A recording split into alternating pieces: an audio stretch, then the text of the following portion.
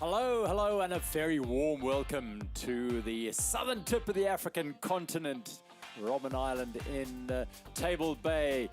And presiding over it is Table Mountain and, of course, a wonderful DHL Cape Town Stadium, a legacy of the 2010 World Cup. And this is the home of the 2026 Sanlam Cape Town Marathon. Welcome to it. This is a day Cape Town have been preparing for and looking forward to for many, many years.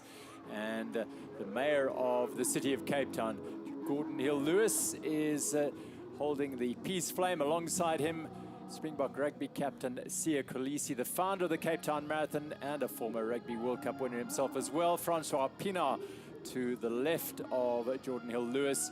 And the other dignitaries, Jennifer Thomas and Spencer Nell from Adidas. Donna Stone in the black from Abbott, the World Marathon Majors organization. And this, of course, in its second final year of candidacy to join those 7 wonderful World Marathon Majors. Part of that, of course, is a world-class wheelchair race, and they are about to get underway. 12 men and 9 women, 11 countries represented here. The past 3 men who've won this race are in this contest, so it is going to be a red-hot race. Aaron Pike, of course, Gert Schippers and Shaw Watanabe, who won it last year. And we will have a new women's winner in the 3 years that it's been contested. None of those previous winners are back in this year's field. Tell you who are back this year. It's wonderful to welcome my colleagues alongside me for the next 4 hours or so. Kieran Walker, who knows everything there is to know about road running. Kieran, good morning.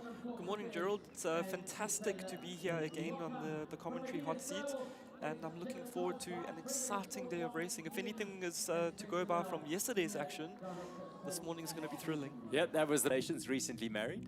Morning, Gerald. Yeah, thank you very much. 3 weeks in. Still getting used to my new name as well, but it's been a good change. Not running, but we're looking forward to your insight here. Excited about today's race. Yeah, I'm very excited to see what they can do. I think it's good conditions today.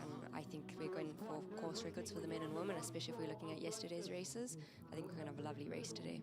Former South African marathon champion and 2024 Olympian is Sean. And alongside Sean is a man who went to 4 Olympic Games across different disciplines, a New York Marathon winner and a silver medalist twice in the World Half Marathon Championships. It is Hendrik Ramala. Hello, Hendrik. Hi, yeah. How are things? I know what. Excited about this? It's going to be like, exciting. We have the strongest field Cape Town as marathon has ever assembled. So, yeah, it's going to be exciting. And Hendrik basking in the success of his athlete, Maxime Chomaton, who broke the record in the 10K peace run yesterday. Are we going to see records today? We are going to see records today, and not only are we going to see records, we're going to see Maxime in action again today. Yes. He'll be out there with the ladies' field. Right, he'll be pace-making the women's field. And yep, we are expecting in these conditions and with the quality of the field in both the men's and women's marathons, records, and quite likely in the wheelchair race. They will be setting off first here. The record there is 1 hour 32:09 in the men's race. Gert Schippers' record from a couple of years ago. And Eden Rainbow Cooper's time of 1:52:58 from 2023. Those could come under threat from this field as they will be setting off first here. But conditions, let's talk about the conditions. We woke up to misty, overcast conditions here. It's clearing slowly but surely. In fact, it's a lot brighter than it was yesterday as the peace flame burns brightly ahead of the race. Conditions good, though, for running. Yeah, conditions are looking really good. Only concern is the dew point at this stage, around 15. So what some of the athletes were saying this morning with their management is that you feel cold on the outside, but inside the body, the core temperature is quite warm. So a lot different than yesterday. If you remember yesterday with the 10 kilometer, there was mist covering that whole start line. That's lifted now. Conditions are still good. It's around 14, 15 degrees down on the start line. And yeah, it's going to be up to the elite athletes to follow that pace. In the men's race, they've targeted a halfway split of 62:30. They'll be led by Adam Lipschitz and Adrian Wilschgert. And in the women's race, a time between 69 minutes to 70 minutes, which could give us our first ever clocking of sub 2:20. Which is very, very exciting now. Just a reminder that a year ago, at this very juncture, the race had been cancelled. So this is a significant moment That was due to the high winds and damage to infrastructure and threat of further damage. The decision, very, very difficult decision, was taken to cancel the race at the very last moment last year.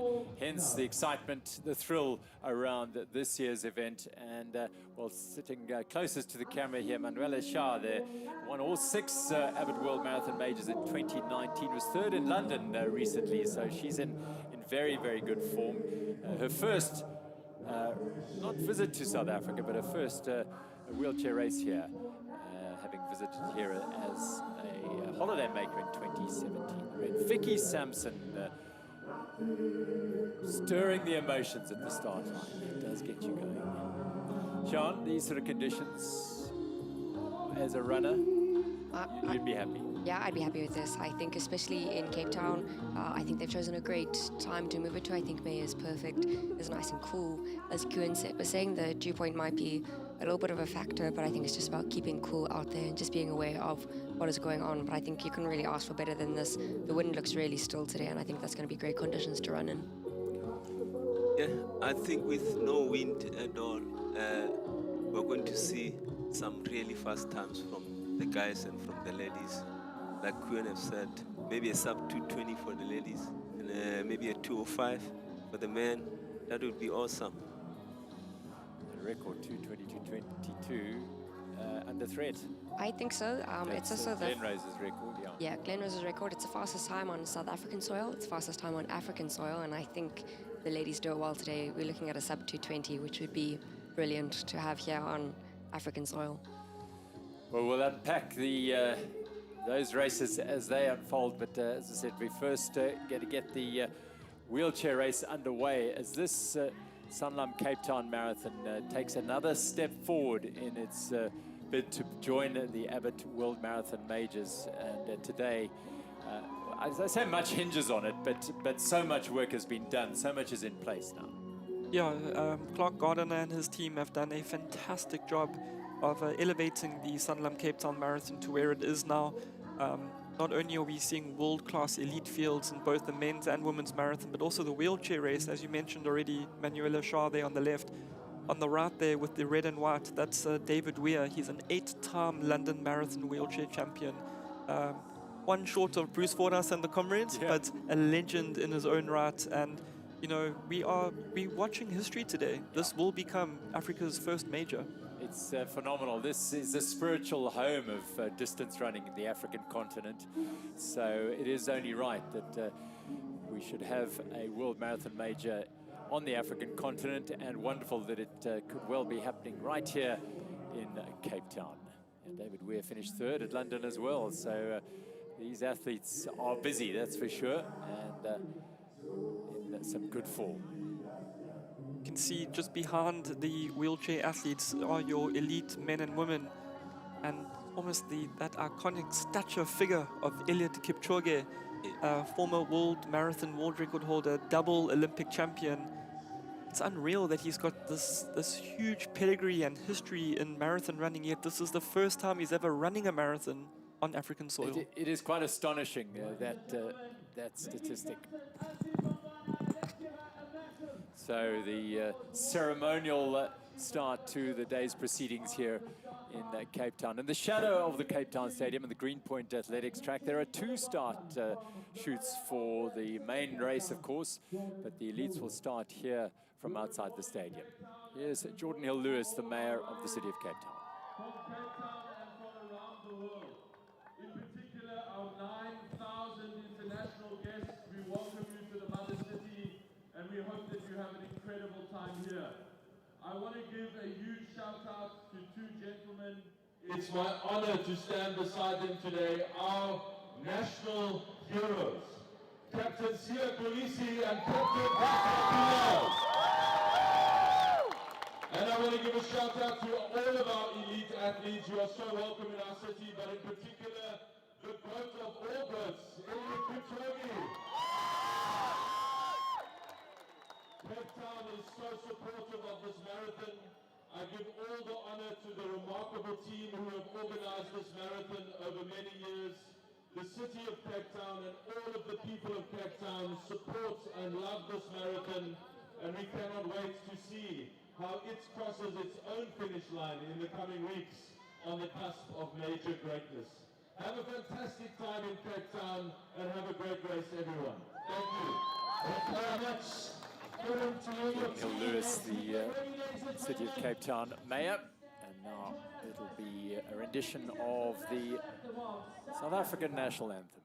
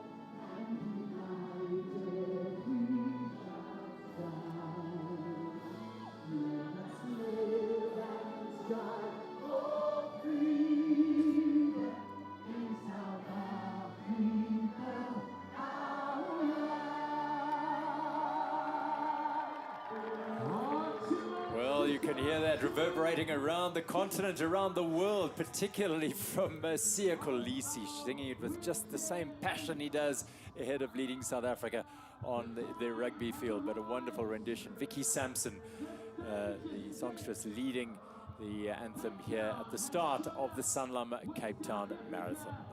And we are about to get underway in this wheelchair race. 2 years ago, the last rendition of this race was an incredibly thrilling finish when Shaw Watanabe won by a second from Eliud Kipchoge, who'd won it the previous year.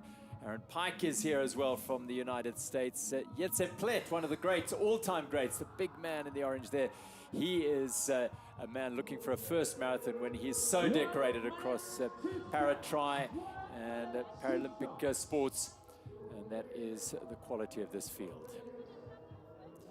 So they will be setting off very, very shortly, and being hemmed in behind them are the elite athletes just waiting to get underway as well.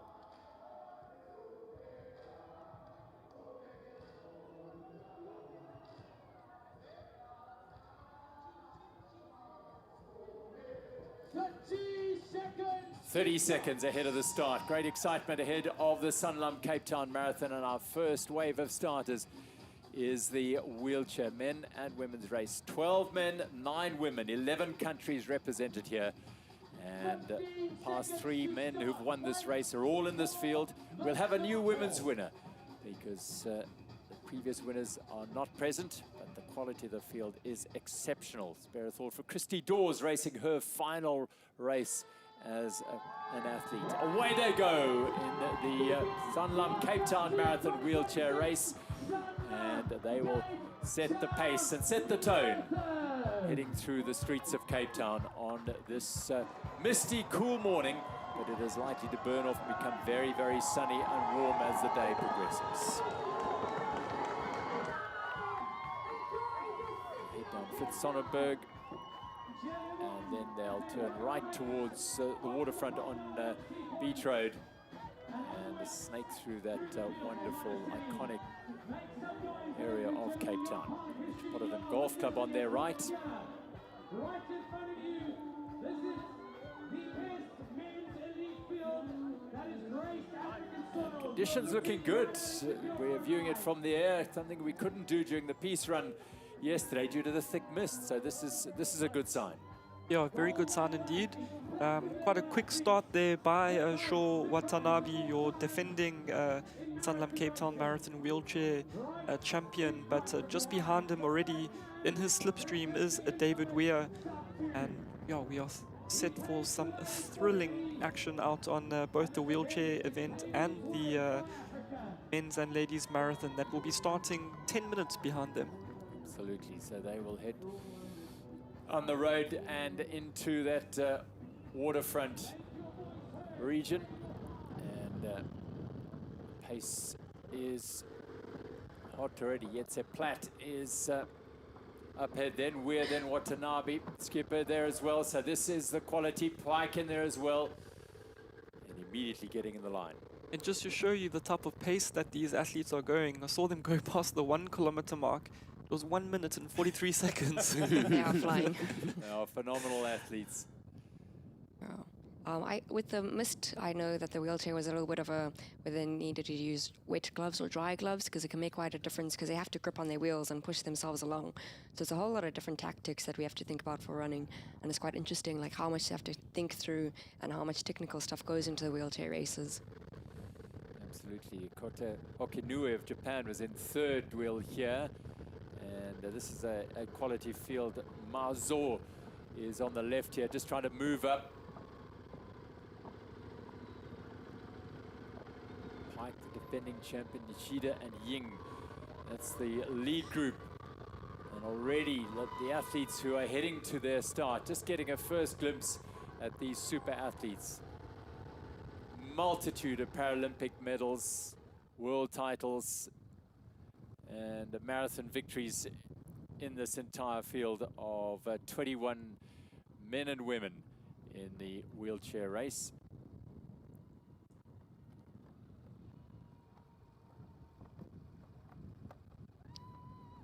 And that's Tian Bosch, the solitary South African athlete in the field on the right-hand side. And Hannah Babalola from Nigeria in the blue.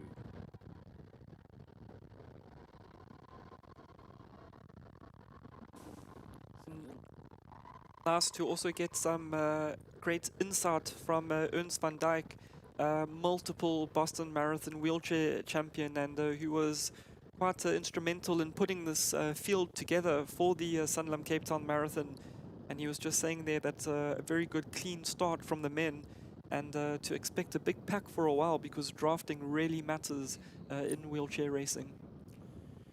Yetse Platt is the man up here. He's achieved so many goals in his hand cycling career and para-tri career, now moving to the marathons. You can see them all tucking in nicely behind each other there. And like tucking in behind here will save a lot of energy in the last bit. So the men who are saving energy here, they're really going to have something to give late at the end. And this is Zhang Yong from China. And Tian Bosch alongside. Tian was 8th in 2024. As I said, we'll have a new women's winner here. And the record holder, of course, Eden Randberg Cooper, winning the London Marathon recently, but not here. And the pace in the women's race being set by the 23-year-old Zhang Yuan from China. And she's also the youngest wheelchair competitor amongst the elite women. And just behind her, Hannah Babalola. She's got a PB of 1:57:33 from the Grandma Marathon in the United States back in 2025. And looks like they're on a little bit of an incline. Not too much of incline on this course. It's got a total elevation of just over 200 meters. As we see Eliud Kipchoge from the Netherlands, your 2023 champion, looking in fine form. Yeah, and I think they'll be going through taking turns on the front and working over the early kilometers. Skipper, of course, yeah, he was second by a second last time out in 2024, and losing out to Sho Watanabe. Here comes Yetse Plet. Absolute legend of the sport. David Weir on the outside there from Great Britain makes an appearance. Weir so experienced, a real legend in the sport, of course. He's at the age of 46. Yeah, these gentlemen are all so experienced. This is the cream of the crop in many ways. Yetse Plet there on the left in the full red.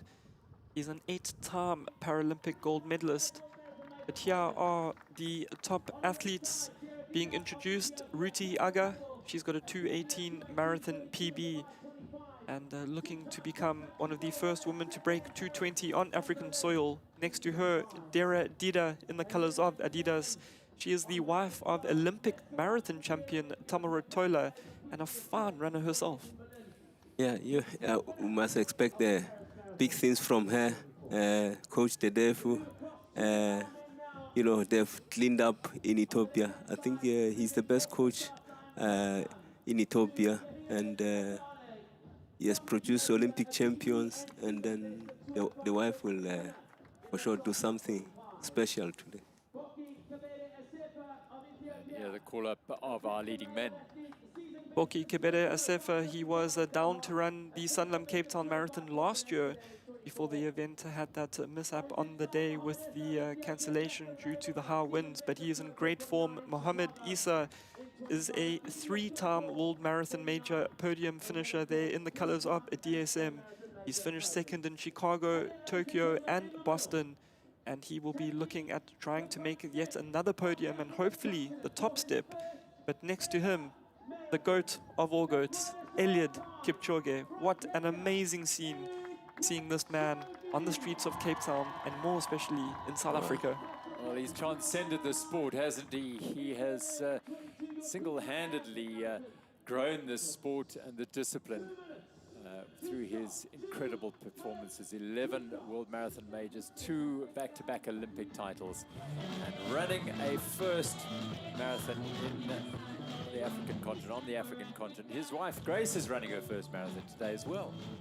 Yeah, what an amazing feat. Eliud running his first marathon on that African continent, and the wife doing her debut marathon, Yes. handing over the baton. Yes. Next No to pressure. Next to him there we have in the yellow Adidas vest, that is Adam Lipschitz, a 2:08 marathon run at his best, but he is tasked with taking the elite men today through the halfway mark in 62:30. On the other side of Eliud, we have Arjun Volchkut, the SA record holder in the half marathon distance, and we can expect some fine pacing from these two gentlemen. The indicated pace 2:58 per kilometer, giving them a projected tempo there of 62:30 for the halfway mark, and the women looking at between 69 to 70 minutes with less than a minute to go to the start. Well, the tension building at the Cape Town Stadium at the start of the Sanlam Cape Town Marathon. It is a very significant day, a seismic year in many ways for marathon running this year, with Sebastian Sawe taking into the stratosphere with that incredible run in London. Across that race was quite phenomenal, and it has set the tone here. And Eliud Kipchoge, well, he's loving the vibe here, isn't he? He's really getting into it. The runner's getting ready to set off on this beautiful route around Cape Town. 13 men in this field have run faster than the current record, and 8 women run faster than that current record as well. Are we going to see a record today? The chances are very, very high. Let's not forget the local interest, Steven Mukoka and Desmond Mukhobu.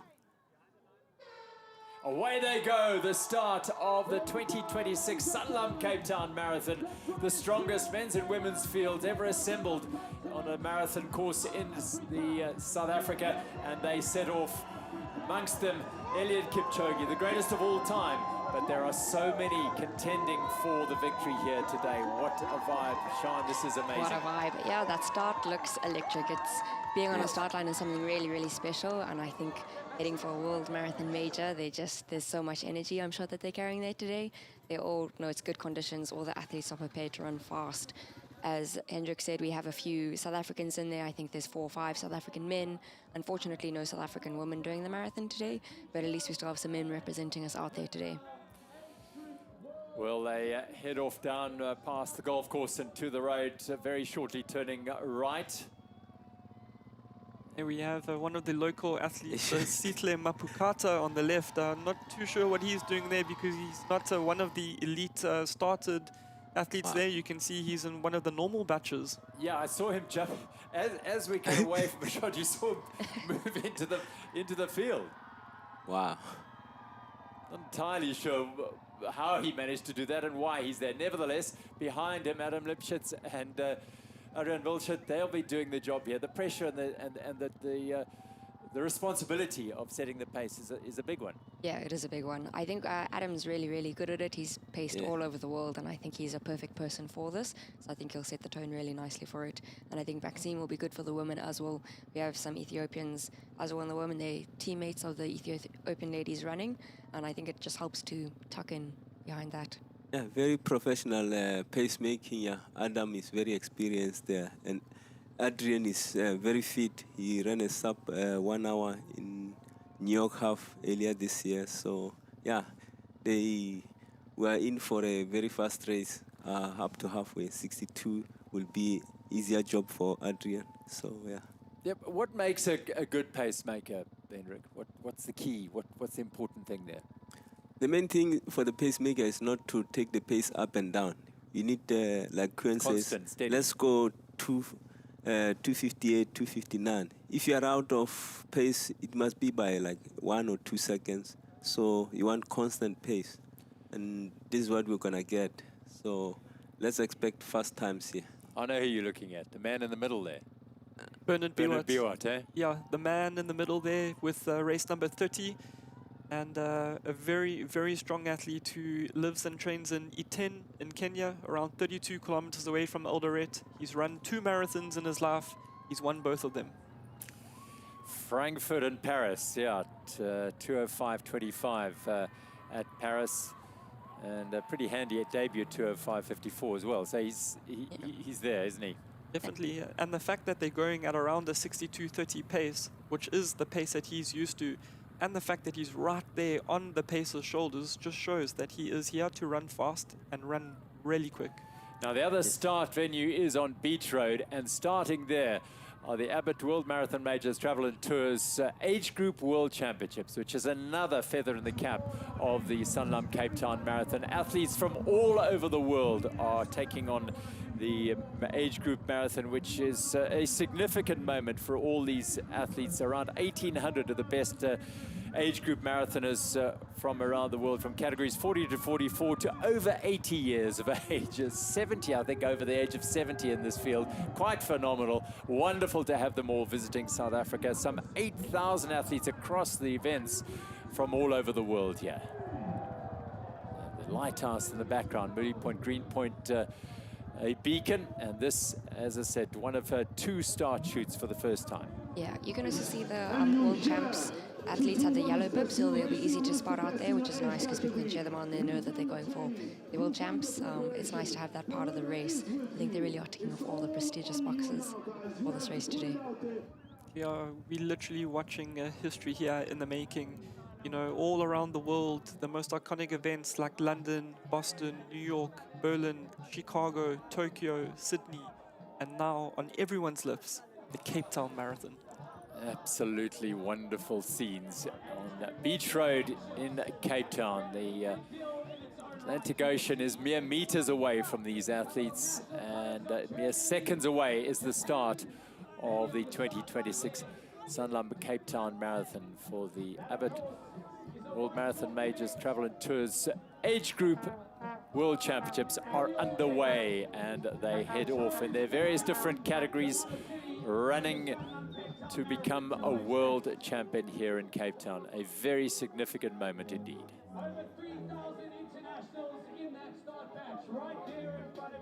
Beautiful scenes as they set off. Everyone running, and with the age group world championships like this, you know, they're all running their own races, different in their categories, just try to get the pace right and wonder who their opposition is. Someone, and South Africa have an opportunity. You know, there are runners from all over the world here. So it's just wonderful to see. One of the gentlemen that both Hendrik and I know quite well, Gert Brien, he is a cargo pilot from the Netherlands, a very good close friend as well to Eliud Kipchoge, and he is running here in the Sanlam Cape Town Marathon today in this very batch, and his goal is to break 3 hours. He's broken 3 hours in all other 6 of the World Marathon Majors, and he's looking in fine form, Hendrik? Yeah, always fit, loves running, and yeah, loves running all over the world. You know, these age categories, these guys, they will do anything for running. So they travel all over the world. They enjoy, they have targets, sub 3, some of them, some will go sub 350, sub 330 or sub 4 minutes. And yeah, but they are here. Awesome. Wonderful, wonderful to see. What a beautiful sight it is. Cape Town just breaking dawn here with a cloud cover. We will get sunshine, don't you worry, later in the day, he says, hopefully. But it is likely that we will get the sunshine breaking through the cloud, which isn't too thick, and the mist has lifted, although Table Mountain, for the time being, obscured by the low cloud over the table, and of course over Devil's Peak on the far side there. Lion's Head on the near side, I think, is perhaps a little bit exposed, but what is exposed is the beauty of the city of Cape Town today. Absolutely And stunning. the beauty of seeing 27,000 runners out there on the streets today. Here we go to our elite men, Eliud Kipchoge. So what is to be expected from Eliud Kipchoge today? I think today is the start of his 7 marathons on 7 continents over the next 2 years. He has been a very busy Eliud Kipchoge. Ever since he's arrived in Cape Town, he's done a number of events with different sponsors, with the race. He attended the youth choir that participated on the Friday night, a spectacular event there, and he gave a really great motivational speech there. A lot of people are saying, you know, he's not too serious, but I mean, Eliud Kipchoge, a 2-time Olympian, former world marathon record holder, he is still got that competitiveness in him, and he's looking good. It is still early. Whether he can stay there for the rest, only time will tell. But you can see that as they've made that little incline now onto the bridge, just less than 9 minutes into the race, the pace is really starting to quicken up. You can see some of the athletes dropping off at the bottom of the bunch there. Just on the bottom of the picture, Stephen Mokoka, 3-time Sanlam Cape Town Marathon winner, already off the bunch, but he did say to us he's not going to go for the pace. He wants to run a conservative first half, and he will be aiming to run the sub 2:10, which he believes will get him a good position at the end of the day. Yeah, I think that could be the way to go today. The first half of the race is a little bit tougher. That's where you'll find most of the hills. So if you could run the first half quite smart, if there are people that have gone out too fast in the first group, you have a good chance of catching them in the second half of the race. I think for a local athlete, Stephen Mokoka, he knows this race. He's won it a few times. He knows how to race it, and I think he will do a good job today. I think we can look forward to seeing him up there. But it's amazing because the guys all know that the pace is 2:05, but they're all there. I mean, majority of the internationals are there. So it means this is serious. They are going for a really fast time. And like Eliud Kipchoge, he still ran 2:05 last day in London. So yeah, he's in it for a win possibly. Yeah, I think he will stay there for as long as he can. Yeah, Eliud looking in great form there on the left. There is only one South African in this lead bunch, and that is Bennett Saloy in the colors of Boxer Running Club. He's just there in the middle of the picture in the full red strip. A very talented athlete. He's a South African marathon champion from last year, and his personal best of 2:13, a lot slower than the 2:05 current pace, but that was done at altitude in Kimberley. Another athlete that we haven't mentioned yet, who is in the middle of the pack with the pink vest, that is the youngster Kamohelo Mofolo from Lesotho, the Lesotho national record holder over 10 kilometers. He's trained by James McCurdy out in America, who's also the coach of Tebelo Ramakwana from Lesotho, a multiple top 10 performer on both the Olympics and world stage, top 10 performer on the World Marathon Majors. and it's going to be very exciting to see what Kamohelo Mafolo does today in his debut marathon. According to Coach McCurdy, in very, very good shape. Yeah, you know, Kamohelo is a very big talent. We saw him when he started running here in South Africa. He has always been a front runner, and that's what he's doing today. He's going with the pace. He's giving it all. He's taking risks, and it might pay off. He might get a very big PB, maybe a 206, 207. We never know, but he's going for it. Just bending into the little incline now as they head up onto Nelson Mandela Drive. We saw a quick image of the man who's won this race before Kibede, the ANCAM second. What are his hopes today? Yeah, he's also in great form. He's a former winner, as you mentioned. Also that second place. He's coming off a new PB. This is his second marathon already of the year. He ran a 206 in January in Houston. And yeah, looking in great form. But I literally have goosebumps just watching this right now. The likes of Boki Asefa, Justice Kongogo, Mohamed Issa in the DSM team, Jamal Yima. He's a 58-minute half marathon runner. These are athletes that you only see running all around the world, yet here on African soil, they are doing it at home. And it's so great that an event like the Sanlam Cape Town Marathon has stepped up like this and is at the big stage as an Abbott World Marathon Major, because all around the world, it's the East African athletes that dominate, and it's about time that they had an event of this stature on the continent. Elite women are underway. Brief shot there of Maxime Chomoto, who's setting the pace. And this is our elite field. Likewise, like the men, a high-quality field here. Some legends of the sport in here. And runners who are likely. There's one of them, certainly, the legend, Edna Kipchoge in the pink, just running out of picture there. Yeah, that was really apt how you mentioned legends there with Edna Kipchoge there. 47 years of age, yet no sign of slowing down. She's a double world champion. She's won Boston. She's won races all around the world. And interesting to see that we know that the women are going off between 69 minutes to 70 minutes projected halfway time. Yet the whole entire elite field are almost, yeah. We even have Fortunate Chidzivo in the colors of Nedbank, the Zimbabwean athlete. She's only, and I say only, she has a 2:32 marathon. This is a very, very fast tempo for the athlete.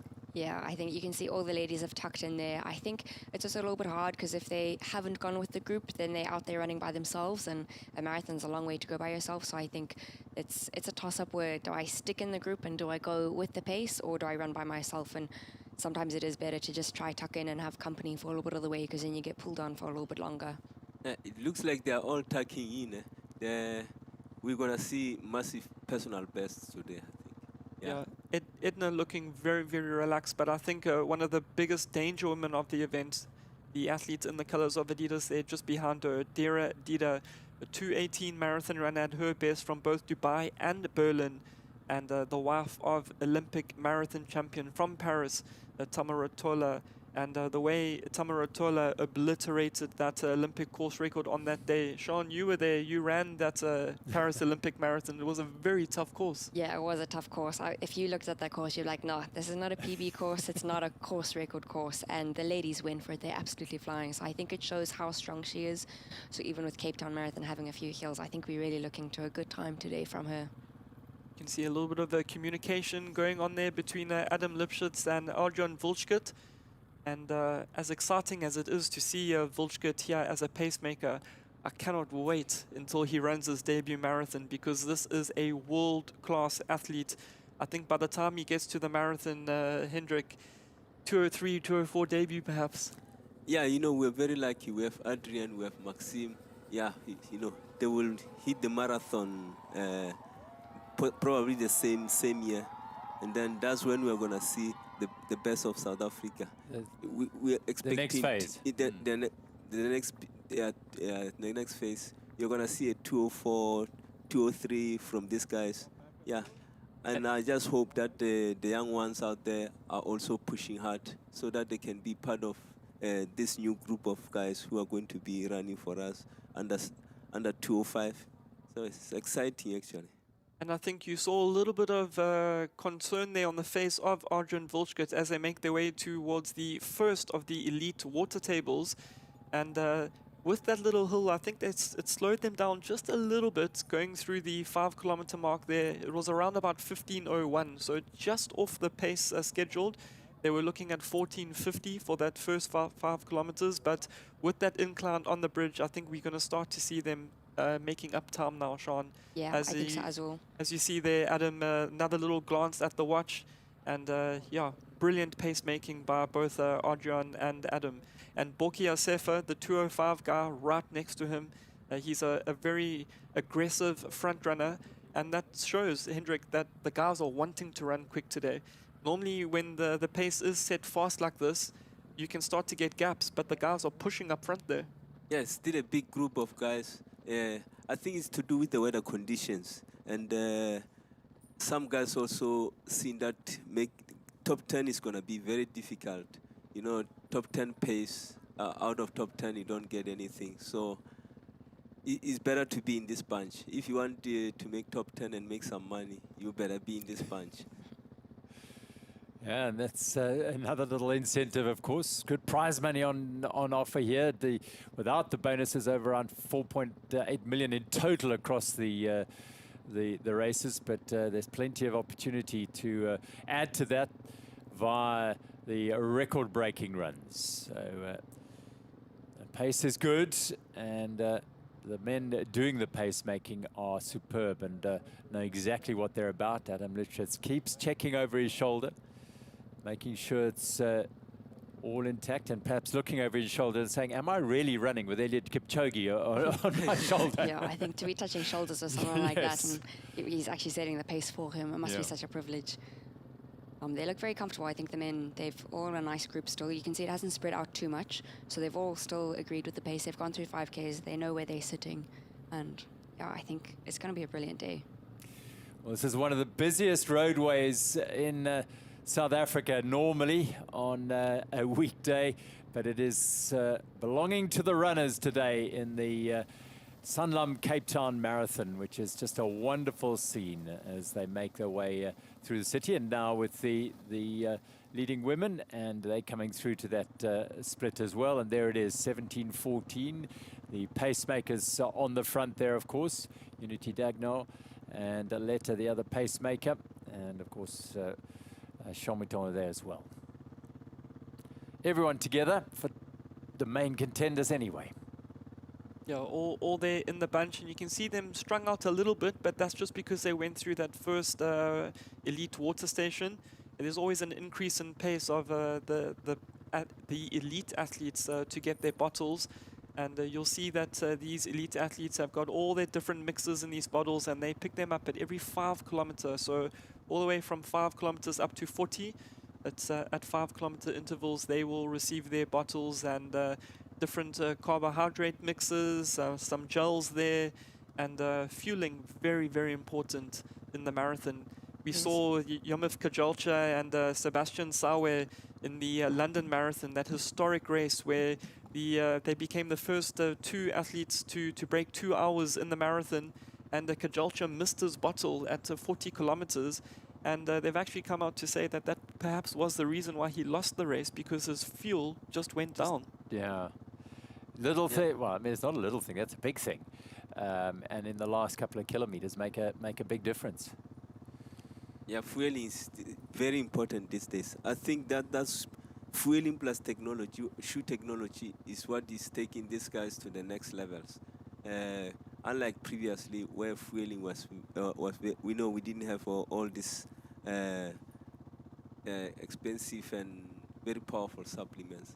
Now, the technology of the shoes and the fueling is what taking these guys to sub 2 to sub 220, and yeah, exciting. Yeah, the fueling and the technology we've learned over the years, I think, has really impacted the sport positively. The shoes and the technology, it not only helps you on race day, but helps your recovery in your daily training. Like, your legs aren't taking that hard impact, which means you're able to train harder, you're able to train smarter, then you're recovering and fueling better. So everything just, like, really, really affects everything in a positive way. And I think that's part of the reason why we're seeing such fast times these days. Heading down Searle Street, I think now down towards Victoria. They'll turn right on Victoria and then head pretty much for the next, all the way through Woodstock, on the way through Mowbray, Observatory, Rosebank, Rondebosch, Newlands, before turning and heading back to the city. And you can see Adrian Volchkit there saying to the guys, come, let's go. This pace needs to be quicker. Always looking down at the watch there. They've already dropped some of the athletes off the back of that bunch. But there, Bennett Saloy looking very, very good on the right-hand side. The lone South African, I say lone South African, both Adam and Adrian are South African as well, but they are pacers. But let's remind everyone watching at home that the pacers are allowed to finish. Once their job is done at 21 kilometers, if Adrian Volchkit or Adam Lipschitz decide, I'm feeling good, I want to contend, they could mix a lot of things up in this race. It's happened before. Yeah. Yeah, so they've turned right now into Victoria, and they now will head along this road through what used to be the heart of the textile industry in Cape Town, and it has, of course, become very much a home for small businesses, for media, for restaurants, for entrepreneurs. A wonderful rejuvenation has taken place in this part of Cape Town. And a lot of communication going on between Adrian Volchkit and Adam Lipschitz there. The fact that they're running at 2:58 per kilometer and it looks like they're out on a Sunday jog, really talking with ease, just shows the class that these athletes are. There's Justice Kongogo getting some of the water from the station, and besides the elite tables that these athletes have every 5 kilometers, there are also water stations every 3 kilometers in the race with the different substances that the athletes can take. But yeah, the athletes looking good, just cooling down there. We did mention that dew point earlier. It is cold outside, but with that dew point being over 15, the inner temperature of the body quite warm. So nice to see them trying to cool the body down, because operating at 2:58 per kilometer is no slouch at all. Yeah, and with that dew point, you are going to sweat a little bit more, so you need to make sure that you're sipping on water the whole way. So you need your fueling, but you can't. You could see all of them stop to grab water there. They all want to make sure that they're not losing everything as they sweat it all out. It's amazing. I'm seeing the American Rancho, a 201 guy, still stuck in the pace. So yeah, There he is, yeah. yeah, at the back of the pack. Yeah, very strong. Yeah, he committed. Looks like he's gonna get a big PB today. Very strong athlete from USA. He ran his debut marathon in New York last year, 2:09:58.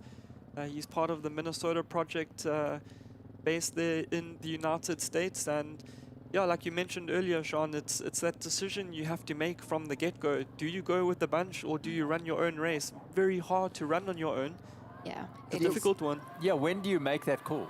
I think you kind of have to make it as the group's getting away or not. Yeah, it's a very much in-the-moment process. So what we used to do is we used to decide the night before, like, what is too fast? Because there's definitely a limit that would be too fast.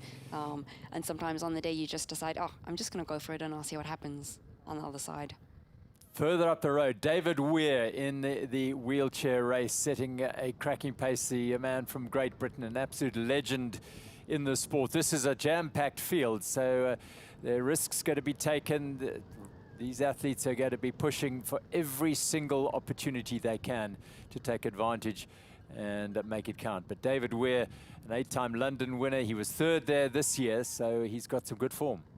Yeah, and he did mention that in London he actually had a mechanical failure with his wheelchair. So hopefully no issues for David Weir today. But back to the ladies' race. And this was the youngster, Joel, if I'm not mistaken, the 23-year-old, and still looking good. And Hannah Babalola from Nigeria going very well as well. They are heading through Rosebank, I think, and heading towards the Rondebosch area, but Babalola going very well. And I think that's Tian Bosch just ahead of her at the back end of the men's race. An excellent start here from Babalola. I think Manuela Schur might be ahead, the favorite for this race, the Swiss athlete. But Babalola going very solidly here, keeping her in sight. Yeah, with just some updates from Ernst van Dijk saying that the timings showing that Chen is leading the ladies race, but it seems that there may be no timing chip on the race favorite Manuela Shah. So we'll have to just get some updates from there. But also fantastic to see that Christy Doles is in running in for the top 3 in what will be her final event. Yeah, she's decided to call it a day. She was very emotional on Friday, talking about what would be her final day as they go past the one of the great art centres of Cape Town, the Baxter Theatre on the right-hand side. Up above that is the University of Cape Town and their halls of residence, presiding under the Devil's Peak and over Cape Town. And look at the people out already. Lovely to see. There's the Baxter. Great support for these athletes. And it'll just keep growing and growing as Cape Town's people come out and support the athletes. Yeah, I think the support is what makes a marathon a marathon. It pulls you along. The more support that's out there, the better it feels. It's a long way to go by yourself, so it's so great to see so many people out there supporting. I think it'll help the wheelchair athletes push them along as the masses of runners come through, as it will help all of them too. So Rhonda Bosch beckons for these athletes. David Weir a little bit further ahead, heading towards Newlands. But yeah, that crowd support, it's an intangible in many ways, but you as an athlete know what it feels like and know that feeling. Yeah, you feel that the whole way. Back with our elite men. Biwott nicely positioned, hasn't been further away than that at any stage in this race thus far. And it shows that he's here to run serious. He's in great shape, he's in great form. Speaking to his manager, Eric Lilo, he said that the man has got 2 marathons to his name and he's won both of them, both in 2:05. Those victories in Frankfurt and Paris. And Henrik, when you see a guy like that, Biwott, he's still new to the scene, but you can see that he's wanting to dominate here today. He has not been off the heels of the 2 pacemakers, and indicating that he's in great form, looking to run really well today. He's in great form. Yeah, you know, he trains, like you said, in the Great Rift Valley. So expect big things from him. And he's sitting right next to the pacemakers. So he's giving the Ethiopians an indication that I'm here. I'm ready to win these things. But you can see they're watching him closely. Yeah, so it's gonna be very tough. Big names. Yeah, it's still early to see who's gonna take this one. But Yeah. Adam is doing a very good job, bouncing along, looking good. Well, big names as well as a big prize money, $35,000 US. That was not rands that you saw on the screen there. $35,000 US up for grabs. And there we have a shot there. Eliud Kipchoge. Is he perhaps falling a little bit off the pace now with those athletes coming past him? Still such a versatile athlete. And the fact that he's going out here after all of the appearances that he's done, part of his 7 marathons on 7 continents, and what a great competitor. Unmistakable stride, isn't it? It's one of those iconic sights in sport, one that people who aren't even involved in and interested will recognize. That man is one of the all-time greats, and he's got such a rhythmic, beautiful stride. He's also just such a good icon for the sport. He's so friendly. He's Wonderful so. man, yeah. I bumped into him briefly when I was in the Olympic Village. I was dishing up potatoes one night, and I turned in there. He was dishing up potatoes, and I was like, ah!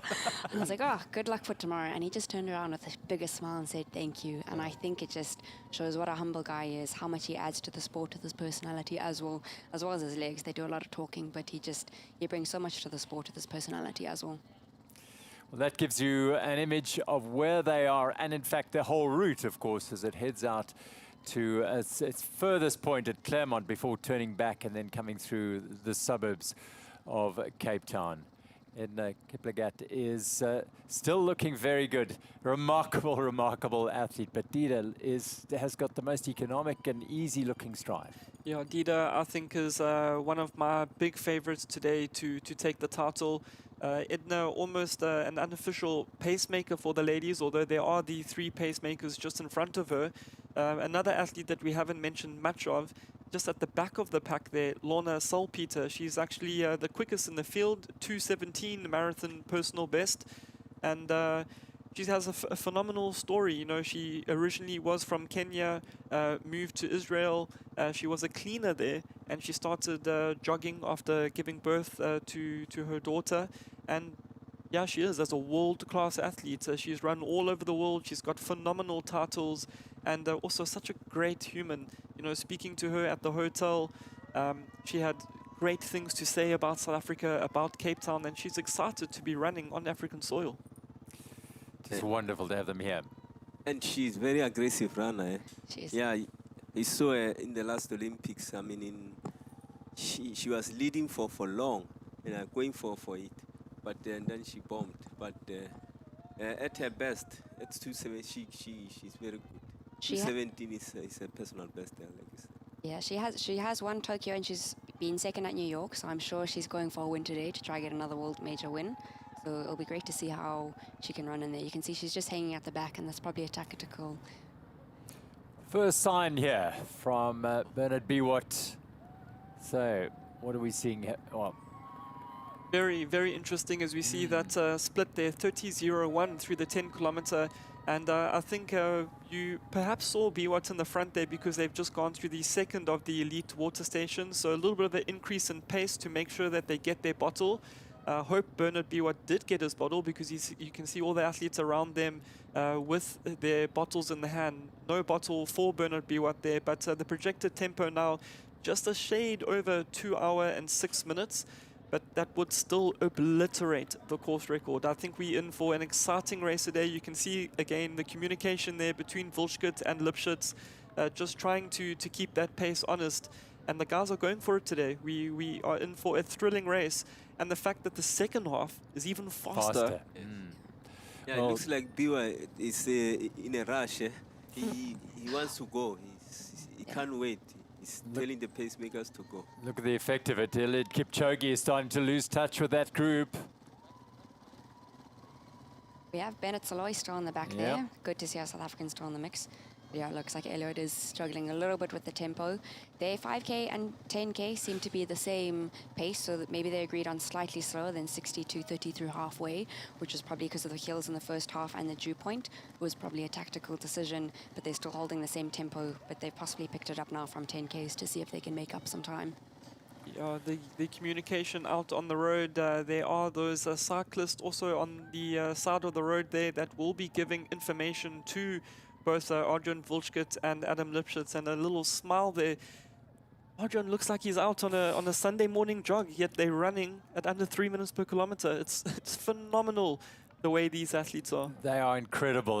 Yeah, and the constant communication, which is wonderful to see. And smiles, people recognizing him at the, he's a local man. They know him well. The others in the field, perhaps not quite, except for the man at the back. They probably do recognize Kipchoge, but yeah, it's a wonderful opportunity, and they're clearly enjoying it and relishing it.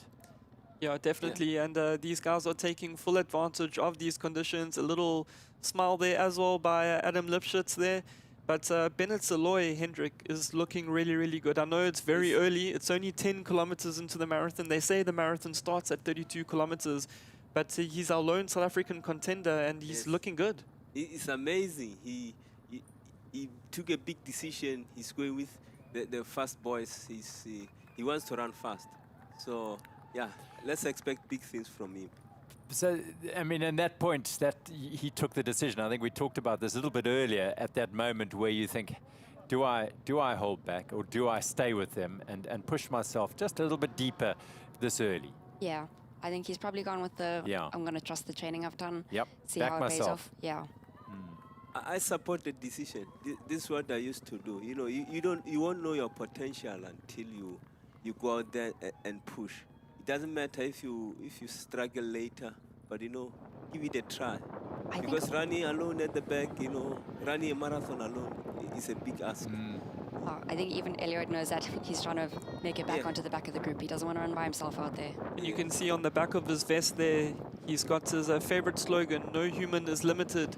And I think Eliud might be telling himself that as he closes that gap back to this elite bunch in front. A little glance back there by Bennett Saloy. I think he's almost thinking, I can't believe it. I'm running in front of Eliud Kipchoge. Yes. I better get this clip of video Yeah. because I need to show my kids. Yeah, wonderful. Well, one of the athletes we haven't spoken too much about, who we will get back to as we see the elite women coming through the 10-kilometer mark, and 34 minutes and 40 seconds there for Tesfaye Gutete-Leta. That is the pacer up front there, Dara Dida, who we've spoken much about.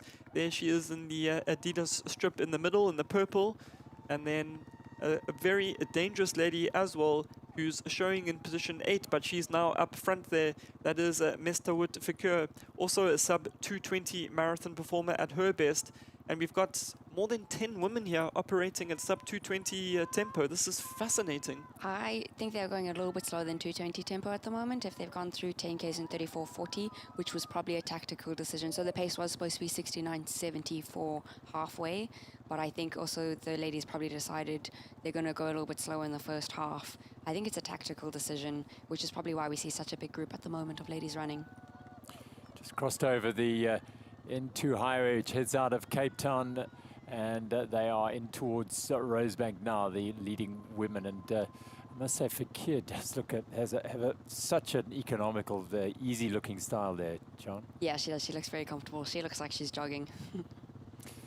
Everyone has their own styles, and everyone has the way they run. And some you look at and think, how on earth do they run as fast as they do in this sort of way? But that's how different everyone is. Yeah, I think it's like, there's a lot of talk when you are running and trying to improve your times and stuff like, oh, do we change your mechanics and try and make your form look a little bit better? But if that's how you move naturally, and if it does look a little bit awkward, but it's still fast, that's your best way to go for it. But all these ladies here are looking very comfortable and smooth. Well, there we are back to the men's race, and one of the athletes we haven't spoken about too much. He's just behind Justice Kongogo, the tall athlete in the back there. He is running in the colors of DSM, and that's Maru Teferi, second place athlete at the World Championships in 2023. He's also been to 3 Olympic Games, and he's got the national record for Israel, 2:04:44 from Valencia. He is a very, very strong athlete. He's run a number of marathons. He's there next to Mo Issa. And there we have his stats. Second at the World Championships, as I mentioned, 3 times Olympian. And he's the national record holder in both the marathon and the half marathon. Expect to see major things from Teferi today. He's a very tough competitor, yeah. Like we have seen it at World Champs. He fights to the end. So, yeah, let's expect big things from him. Just going past Grooteskier, the residence of the President of South Africa. They've just that little drag up out of Rondebosch and now towards Newlands. It'll be the old Newlands rugby stadium on the left-hand side, the cricket ground, and then the swimming baths as well on the right-hand side, and heading towards the turnpoint. You can also see, Gerald, with that beautiful overhead shot that we had, that the pace is definitely increasing because the bunch is stringing out. Yeah. When it's more compact, like as Sean mentioned in the women's race, they're running together more compact. It's indicative of the pace slowing down. We see that Eliud has been dropped again. He is the lone athlete at the back there. But Bennett Saloy is still looking really, really good. And I have a feeling we're going to be speaking a lot about Bennett Saloy today. He's only, and I say only, 2:13 marathon runner at his best. But that result doesn't actually indicate the form of Bennett Saloy. He ran that last year in Kimberley at altitude. And he's here today to run a fast time. Do you think if he carries on the way he is, we could look at a South African record? We are unfortunately missing our South African record holder, Alroy Galan, today with the Tour 5:36. Do you think that's going to be challenged today? If the pace can go quicker in the second half, nothing is impossible. We're seeing the great now, Eliud Kipchoge, and his state is no human is limited. So perhaps we could see something special. Well, Eliud Kipchoge, wonderful to have the greatest of all time running the Sanlam Cape Town Marathon. And we caught up with him before the race, and these were his thoughts. tell my kids, do you know why I'm running? And they say yes. Now they are big enough to understand why I'm going to every country to run. They are big enough now to know how I'm inspiring the young people around the world, not only in my family, but also in the whole community of running, the whole country, the whole continent. And I'm really passionate, and I want to keep back to the society and the society of all runners in the whole world. I want to keep back and tell people, hey, I want to live. I want everybody to live in a positive way. I want everybody to think in a positive way. To run in order to be free. To run in order to get a real education. To conserve the environment. And all of us, if we run together, we become a united world. A united world is a peaceful world, and we'll continue to actually enjoy living, enjoy the spirit, enjoy running. We do a lot of things which can bring us together. Well, I just got a sense of a little bit of goose flesh there, watching him, listening to him and watching him run through just past Dean Street there, and the people, the supporters recognizing, understanding who they're watching here. This opportunity probably, well, it may come again, but this is the first time to see a man of his stature and his caliber running here. Yeah, I think we're going to have a lot of extra supporters out there today just to see him. They know he's here. He holds such a big name in the sport and in the world, and I think a lot of people are going to be flooding down to the streets just to watch him come past. Look at the crowds. Look at this incredible scenes. They're in Newlands now, just past the swimming pool, and they're turning dead left down Letterstedt, and it is incredible, the support and the pace as well. Still good from Adrian Wilschut and Adam Litschwitz, the two pacemakers in this men's race. And Adam, just coming off that performance, 209 performance at the London Marathon, and nice to see him keeping that shape. You'll be looking at running a quick marathon towards the end of this year, and perhaps also looking at trying to qualify for the Olympic Games in 2028. That will be in the United States, and haven't announced yet what the qualifying times will be, but I'm sure they're going to be very, very quick. They seem to get quicker every year. Yeah, if we look at the world champ standard from last year, it's definitely increased a lot. The women's qualifying time was 2:26.50 for 2024. For world champs last year was 2:23.30, which is over 3 minutes off, which is a lot in a marathon. That's a whole kilometer for some people. So yeah, I think the standards will improve a lot, but we have a lot of depth in South Africa at the moment, and I think we can look forward to seeing a lot of people qualify for the distances. Yeah, for the men it was like 2:06. Yeah. So yeah, our guys need to really pull up their socks. But like we say, if Adrian was to decide to go for marathon, 2:06 will be easy meet for him. So his quality, 59, sub 50, sub 60 half marathon, sub 27. 10,000 meters, so yeah, he will run sub 205 very easy, I think. Yeah. David Weir in the men's wheelchair race is absolutely hammering along, the 46-year-old from the UK. PB of 1:22, third at London, of course, 6-time Paralympic gold medalist, and a phenomenal 8 London Marathon titles. He's an absolute legend of the sport, and iconic status in the United Kingdom as an athlete is David Weir, and wonderful to have him here working hard. I think he has about a 1-minute lead, they've told us, with Zhang and Platt chasing quite hard. So I think it will be interesting to see if he can keep his lead going and if he's just going to increase it as the race goes on. Well, his competitors, Jetse Platt, Zhang Ying, Gerard Schipper, Sho Watanabe, the previous winner of this event, Watanabe. That's where they are now. They are absolutely flying. They've gone through Rondebosch, around Rondebosch Common, and on Albert Road now, heading through Salt River Observatory, Woodstock area. And David Weir is making it count, that's for sure. Yeah, he's definitely on the faster, flatter part at the moment. So I think they're really going to make the most of this flat section coming through. There's little turns along the stretch, which will be nice for the wheelchair athletes. 26 Ks in, and you psychologically you're heading back into the city, but there's a lot of work to be done in this city. The longest climb of the race is Company's Garden, so there's still lots of work to do, and then that killer loop that goes out Sea Point Way. So that's what lies in store for all of these athletes, of course, not just David Weir with Devil's Peak peeking out in between these older buildings in what, as I said, was at one stage the industrial heart of Cape Town in its early years. Steam engines and the steel industry were based around here, and as Cape Town expanded, so it started to move further out, and it became a textile hotbed. But he is looking very, very impressive, is David Weir.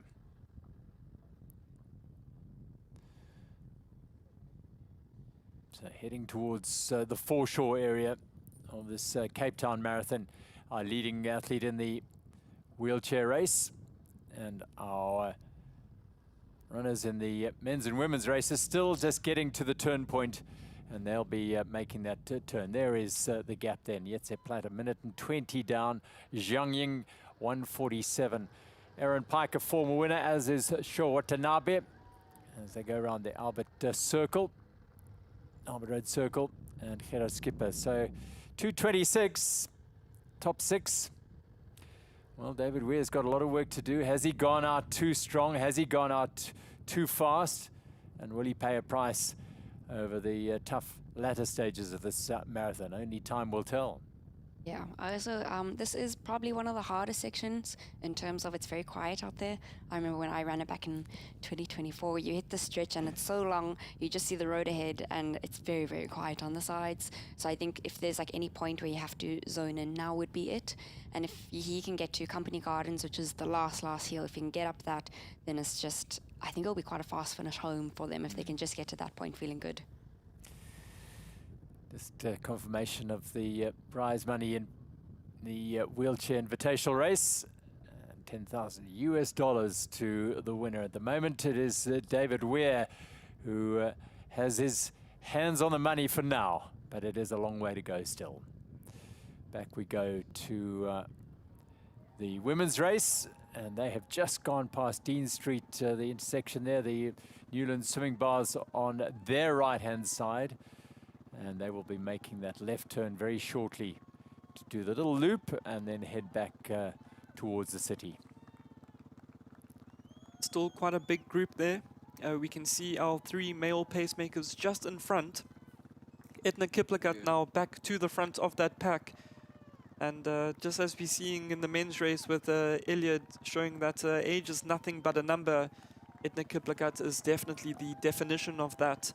A double world marathon champion, and she just shows no sign of slowing down at all. Yeah, she's going. You can also, if you look at the men's paces in the men's race, you can see that the men are tucked right behind the paces. Here, the ladies are a little bit back off, so I think the ladies are actually determining what pace they're going to go out at. They're not quite following the paces, so I think they're trying to make it a little bit more of a tactical race and not go, this is the exact time that we're going for. Yeah, Edna was at the back of the pack a while ago, but now you see she's back. So I think she's trying to push them a bit harder to drop some of the girls and, you know, make sure she's within that top 3 maybe. Yeah, and also just increase the tempo a little bit and get the pace going to make it a little bit of a faster race again. Yes, the faster the race, the more girls she can drop, you know. So, Yeah. So oh yeah, she's looking good. She is. She's pushing now. So. And at the age of 46, 47, she's so experienced. Like, she knows exactly how to run a marathon by now. She knows what she's doing out there. She knows, she calls the shots, and you can see Lona Salpeter's dropped off. Is struggling, yeah. So the pace has increased. So yeah, first victim here. Yeah, unfortunately. Quite surprising. So it's our fastest girl in the field, 217, and she's taking strain already. So it means Edna pushing the pace had an impact. Yeah, that projected tempo of around 2:26 through the 10-kilometer mark. It'll be very interesting to see the next split when they get to 15.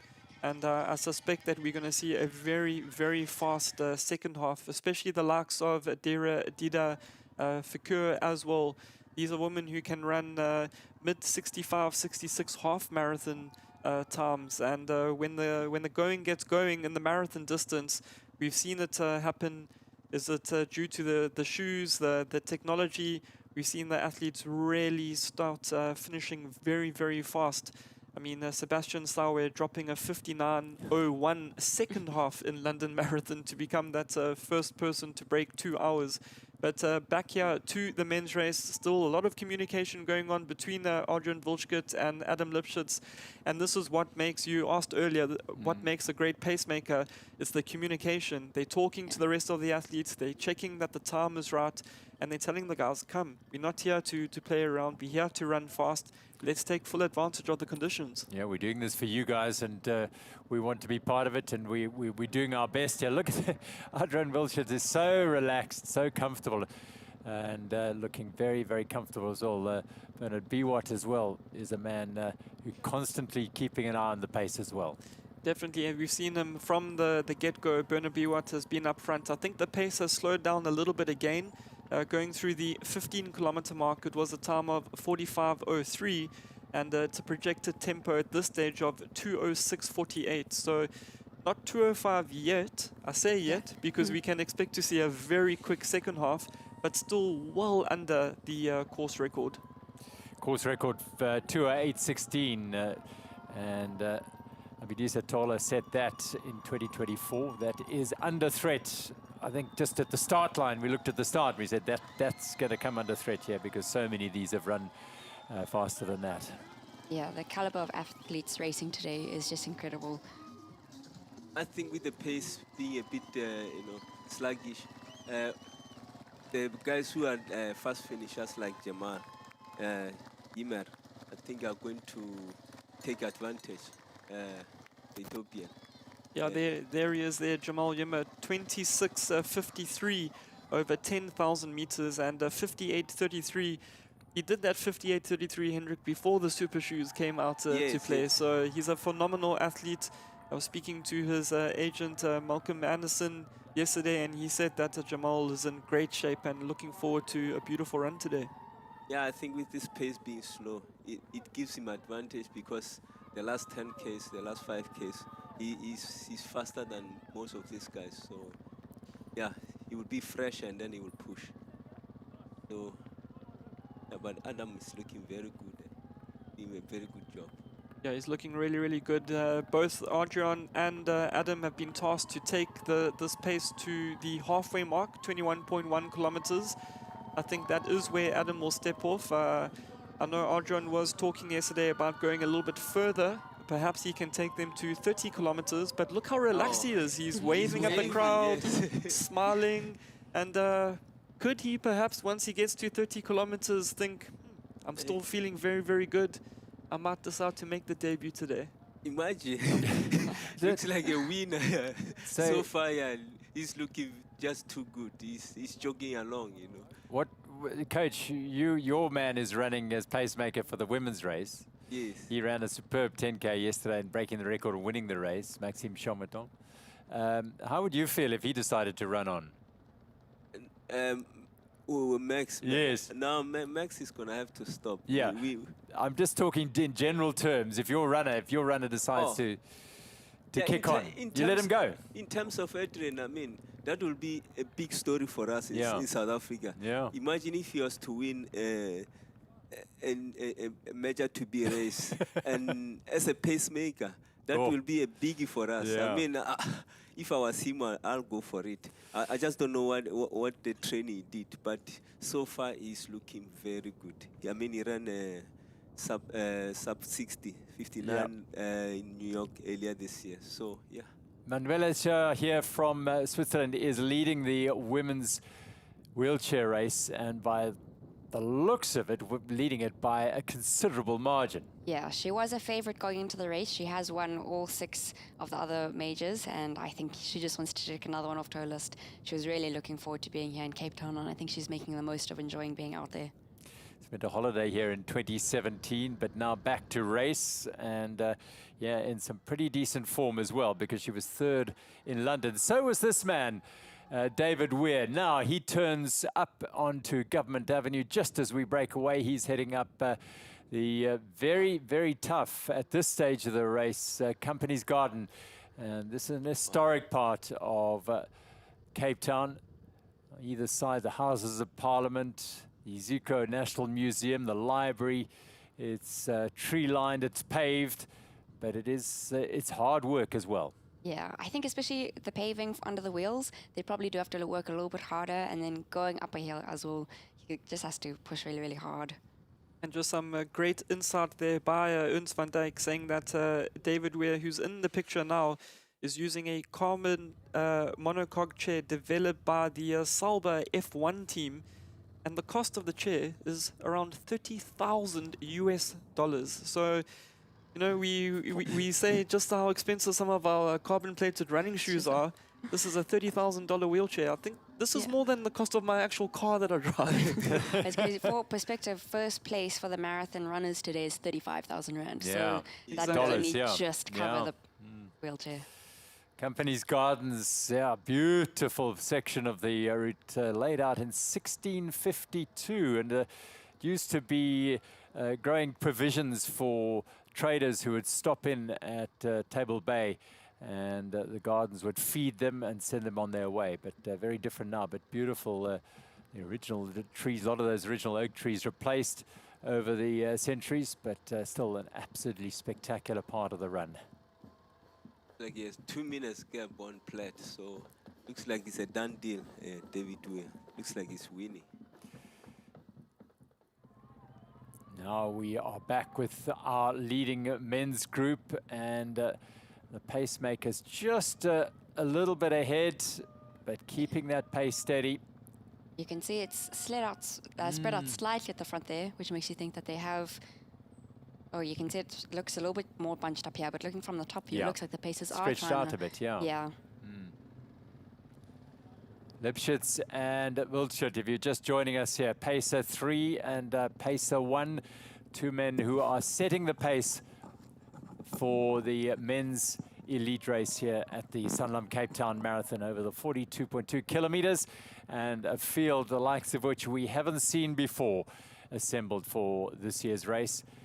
And they're being dragged along by Adrian Wildschut and Adam Lipschitz to potentially a record time. The men's record stands at 2:08:16, and Adrian Wildschut is doing a grand tour of Cape Town of his friends. Like, another "Hi, guys." greeting. Yeah, It's me. wonderful, but he's doing a good job here. He is.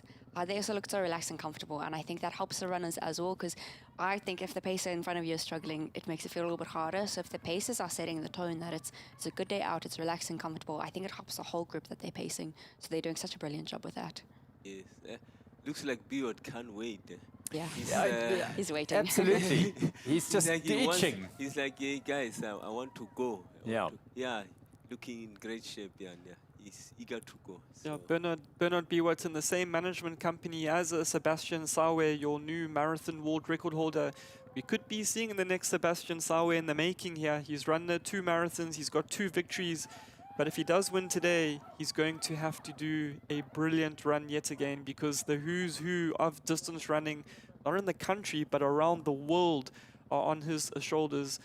The likes of Kamohelo Mofolo there on the left, the Lesotho athlete making his debut today, only 20 years of age, and he's operating at a 2:06 tempo.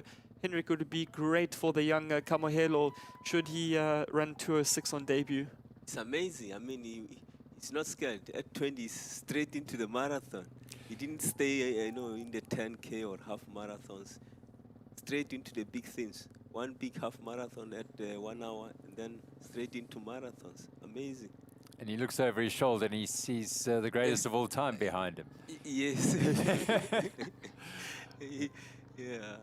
Well, there we also have Leonard Langata, that long, lopey style. Lima in the Essex vest there. Quite a big gentleman compared to the rest of the elites up here. Very, very strong pedigreed marathon runner. And then we've said his name quite a few times already, but Bennett Saloy, the lone South African there, little glance at the watch, and he must be feeling really, really good. He still looks comfortable as well. It's brilliant to see. It's so nice to see a South African in the mix on our soil. Like, Yes. it's good to have competitors here, but it would be a little bit more sad if we had this huge group of international men running and no South African faces to show for it. So it's so nice to see some representation of us in that field as well.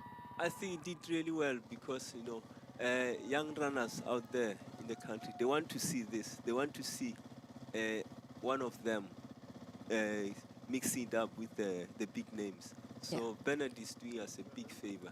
So after this race, a lot of runners will see this pace is normal. I can also go and run international at international level. So kudos to him. Dragging up Milner Road and heading towards Rondebosch Common now. And this group, the lead group around Rondebosch Common, 100 acres of commonage that is frequented by thousands of Cape Townians every day. The dogs are walked here. It's a loop that many will run and ride around. It's very, very famous. And just having a look at the split times on the website, the 20-kilometer mark, if my fellow commentators are ready for this, 59:37, the projected tempo now 2:05:01. So they really did pick up in that last 5 days. Yeah, there's been a very big increase between 15 to 20 kilometers, spearheaded there by Adam Lipschitz and Adrian Volchkert, and you can see that pace now starting to string out. Yeah, the pack is slowly starting to disintegrate. Mofolo just at the back there. There we see our leaderboard at 20 kilometers, a definite increase in pace. Volchkert still smiling. I'm wondering if he's going to go the whole way today. Hey. Amazing. He's not feeling this pace. No, he's just loving the run around his mates here. It's so cool to see Adrian Volchkert waving and smiling and they're heading towards the halfway mark, and this is a cracking pace. And look at the fractures starting to happen in this lead group. That's only going to continue to happen. Most of the hills, besides that longer one in Company Gardens, most of the hills are done. And from here, it's just about getting that turnover. That tempo is going to go, and I think they're really going to start injecting the pace here. I think, you know, we're all willing, Adrian, to roll the dice and say, hang on, I don't get the chance to run with these sort of guys too often. Let's do it. Yeah, maybe today's the day. Today's the day.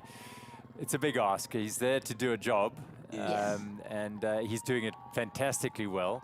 But he might also be having so much fun because he knows he's stopping him halfway. Exactly. Turn at the bottom. They do 3 sides of Rondebosch Gardens, Rondebosch Common at least. Beautiful site, and it was once a military camp, hence the name of Campground Road, which runs on that southern part, but they'll be turning very shortly. You mentioned a little bit earlier, Sean, the possibility of a new SA record in the men's race, that time of 2:05:36 belonging to Ulrich Gelant. He was supposed to run the Sanlam Cape Town Marathon, but unfortunately had to pull out due to injury. Almost halfway into the 2026 Sanlam Cape Town Marathon, and Bennett Saloy is operating at 2:05 tempo. So he's on it. He's on it. Yeah. Adam Lipschitz has just signed off. Job done. He's done his job, and so he said goodbye to his companion up front and to the rest of them. Really very good job done. Yeah, very well paced by him. And they've even increased the pace further. 62:46 is the split at the halfway mark. They made up a lot of time. Yeah. They're almost back on what they were aiming for in the beginning. Definitely, the pace has really increased. You can see Bennett Saloy in the full red there, just at the back of that pack. Adrian Volchkert still in it. He was talking yesterday about perhaps going to 30 kilometers. But if he's still smiling this much, Hendrik, I know we mentioned it a lot now. Once he gets to 30 kilometers, it's going to be very difficult to step off the road if he's still feeling as fresh as this. Yeah, big decision. Yeah, if he's still feeling like this, I mean, nothing wrong with finishing. It's not an Olympic year. It's not a world championship year. I mean, he might as well just go for it. The chances of winning are like big. The way he's looking now. There we see our leaderboard at the halfway mark, led there by Adam Lipschitz, who has now done his job. 62:47. Amazing. Bernard Biwat, the two-time marathon runner, two-time marathon winner, as he's been just behind the pacemakers from the word go. Leonard Langat, Justice Kongogo, who we have also mentioned, Adane Gebre, Maru Teferi, the danger man, Mulugetu Uma, and Kalipus Lomwai, the Kenyan there in 10th place. all still together as a big bunch. Mohamed Issa on the right-hand side of the picture. He is a 3-time World Marathon Major podium finisher. He's finished second in Tokyo. He's finished second in Boston. And he has finished second in the Chicago Marathon. What can he do today on the streets of Cape Town? There you could see Eliud had dropped quite a bit off. He was sitting there in 18th place, about 1 minute and 23 seconds back. Stephen McCorker, our South African athlete, just behind him and back in 1 and 28 seconds back. And Saloy looking as though he's really having to work hard here to try and stay with this group. The pace is high. Now Manuela Schur is going through Companies Gardens now in the lead of the Sanlam Cape Town Marathon Women's Wheelchair Invitational Race, and she's all on her own. She's got the gardens to herself, and no doubt enjoying the opportunity to take them in and to set a cracking pace here on her way to what is looking very likely to be a win in her first attempt at the Sanlam Cape Town Marathon. Yeah, I think she can do it. They have about 10 Ks to go, maybe 12, and she's looking well in control. Shen is still in second place, but I think Manuela Schur has it today. Yeah, she has won all the majors, so yeah, Cape Town was just missing from a list of honors, so looks like she's making sure she gets it. Well, Cape Town is, of course, Africa's only and first Abbott World Marathon Major candidate race, and it is hoped in time after this event that will be confirmed. And part of that is to host a world-class wheelchair race, and these athletes are at the very top of that, and this is the men's leader, David Weir now. He's heading out on that, they call it the loop of death, out towards where you go right past the finish.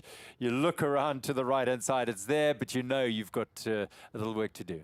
Yeah, it's about 7 Ks. You go out. I think that's the hardest part because you've just seen the finish line here. You feel so close, but 7 Ks is quite a while to go still. So I think once you hit that turnaround point, then it's straight home, but you have to get there first. Well, let's hear from our leader in the men's wheelchair race, David Weir. Yes, it's great. Obviously, being part of the majors has grown the sport massively for us. And to keep having majors added, it just grows the sport even more because it'll go to a new country, and that will hopefully boost the numbers of wheelchair athletes. So it's a great advert for wheelchair racing because it's an advert for the whole world, really. And that's what the majors have done to wheelchair racing. Oh, and well, that's what he's done for wheelchair racing and Paralympic sport as well. David Weir, an 8-time gold medalist at Paralympics, and there he is on that loop heading towards 3 Anchor Bay. He's just turned right, in fact, at 3 Anchor Bay, and then he'll go on Beach Road, and you can see the 40-kilometer mark blinking in front of him there. Then a loop around that 40-kilometer will be coming back along Beach Road, and the finish. We are possibly looking at record races for both the men's and the women's wheelchair races as well. It looks like they're both on track to break the course records for that. Yeah, head skipper 3 years ago, 1:32.09 in the men's race. And Eden Rainbow Cooper, 1:52.58. So it's looking good for David Weir, who's clearly arrived in South Africa in peak condition and really putting that condition to good use here. Now, the men on Liesbeek Parkway, they've left Rondebosch and they've turned right, and Adrian Wilschut is still at the front of that race. Yeah, he is. They've just gone through 23 Ks. So I guess we'll have to see when he gets to 30 how he's feeling. They've bunched up again. I think maybe the pace went normal again. You know, 62 minutes 47 was really nice pace. Yeah. 2:05 pace. So looks like most of the guys are gunning for that time. Yeah. And they're all seeing a chance of winning this thing. Yes. And Yeah, Saloy, I mean, earlier on it looked as though he was losing a lot of that. He's sort of just hanging on there. Yeah. You have to wonder if that group has slowed Slowed down. down, their tempo exactly, slightly. yeah. I know a It lot looks of like the... it has slowed down, yes. Yeah, some of their tactics it is to speed up a little bit, slow down a little bit, because it just breaks the rhythm of the other athletes if they're not expecting that. So it is a tactical way to try break down the group a little bit. Biwott on the far right of your picture there is a man that we've been identifying as the form man. He's not lost a marathon that he's run yet, so he is a man who could threaten you, and he's looking so comfortable at the moment, as they pretty much all are at this stage. Yeah. Yeah, they're looking at each other. It's like they're, trying to make sure how the other one is feeling. Is this when it starts happening? We're over halfway now. How are you feeling? What can I see in your eyes? What can I feel from your vibe? Yeah, they're feeling each other, yes. But the main point will be just over 30 Ks. Yeah. And I think that's when we're going to see some big moves. Yeah, I think at this point in the race, you're kind of checking in, seeing that you're still feeling good, but there's still a long way to go. So like, I must be feeling good now, but I got to get to 30, and then I'll decide how I'll attack the rest of the race. And you see there by Tillohun just asking Adrian to come through. Oh. He's also looking very good. He wants the pace to be kept honest, and moving towards 25 kilometers. That's a good sign of a fit man. He says, let's push. He's not scared. He's telling the pacemaker, let's push this thing. Let's get that 205. So, yeah. Good indication that the man is in good shape. Maru Teferi there in the colors of DSM in the middle of your picture. Silver medalist at the World Championships over the marathon distance. 2:04 runner at his best. And this is a pace that he's very used to. This course a little bit more challenging than the likes of Valencia Marathon. As we see Mo Issa, this is my danger man, Hendrik, for today. He's a very strong athlete. He actually was at the Boston Marathon last month, but failed to finish there as he had a little bit of flu. We spoke to his coach, Moshe, yesterday, and he said that there was a little bit of infection in his chest at Boston, but he is looking very good, and the training's gone well. Yes, we managed to get some insights into what happened to Isa in Boston. Yeah, the coach is very confident that he's gonna do very well. But like I said, let's not count Jamal Imer, because sub 27 minutes 10K, very fast. It's still very fast. So if this pace continues going like this, they are in for a big surprise, because the slower it goes, the more he's gonna kick. Comes into him. Yeah. His wheelhouse. Yeah. Yeah, the only way to beat him is to push the pace, get it out of his territory. So, but Mofolo is still there for Lesotho, so it's exciting. 20 years old. I mean, he's mixing with the big boys. What a talent, and what a heart. I mean, he has the heart to sit there. For me, I'm amazed. I hope the young ones are watching out there. A guy from next Lesotho, next door, he's mixing it with the big boys. Inspirational. Yeah, inspiration. Yeah. Halfway mark for the leading women, and this is a group that have not been far apart at any stage, as Eliud Kipchoge leads, as she has done for many kilometers. She's almost been like a pace setter for this women's race. Yeah. They went through halfway in 1:12:33, which is just slower than the course record. So it'll be interesting to see if they are able to pick it up in the second half. Second half is a lot faster, so they have a good chance at it. That's Max stopping, I see. Yeah, just stopped there. Yeah, job done by Maxime there, and it looks like the pace is starting to increase a little bit. That's a 2:24 projected tempo. I definitely think that we're going to see a much quicker second half, and perhaps course record still on. Yeah, these ladies can close fast. This for a lot of them would just be a much easier tempo to manage, so they would have a lot of energy to pick it up in the end if they have gone out conservatively and they're feeling good. So many options here, so many potential winners at this stage. But as we've all been saying, it's 32 Ks is when things start. The last 10 is when the race really does take shape. Yeah. Dida has looked very comfortable indeed, sitting behind Kipchoge for most of the race. There's confirmation of that predicted time. 2:26.18 would be quite well outside the record time for now. Yeah, with the record being 2:22.22, they have a lot of work to make up if they want to even come close to that at this point. Tactical race. Tactical race, but I think, as you have said, the second half is much easier. So, with the quality of the field, these are sub 220 girls, so they can drop in a 68-minute second half. So, yeah, we can expect big things. First time still, it's not like all lost. But for now, they are happy to sit behind the legend of them all, 47 years old, and still doing very well. Like that. Gives you hope, Hendrik. Gives you hope. Come on. I know. I'm thinking retired a bit earlier. Yeah.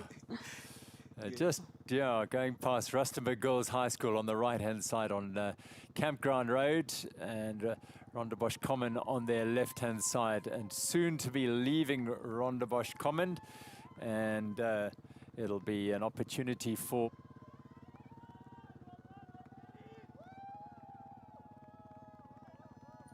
these athletes to turn down Liesbeek Parkway and head back into town.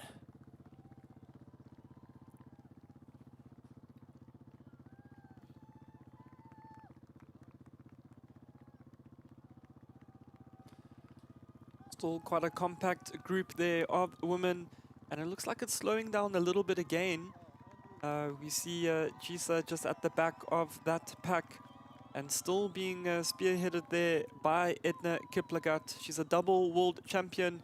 Still have the two male pacemakers in front there.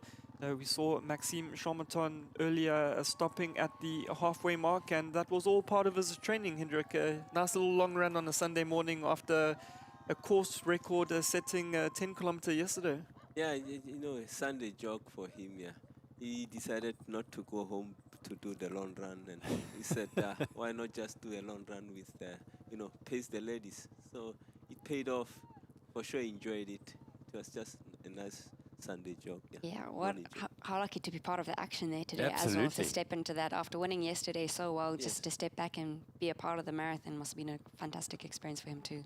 Yeah, it's big experience, the feeling, the crowds, you need to, it's him and Adrian doing a better job. They are learning to run marathons like now with pacing, big experience for them.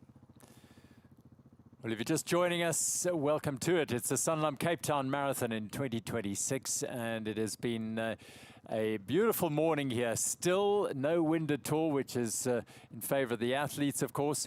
A little bit cool and overcast, but perfect conditions for our runners. All 27,000 of them. We are focusing on our elite men and women and the men's and women's wheelchair races.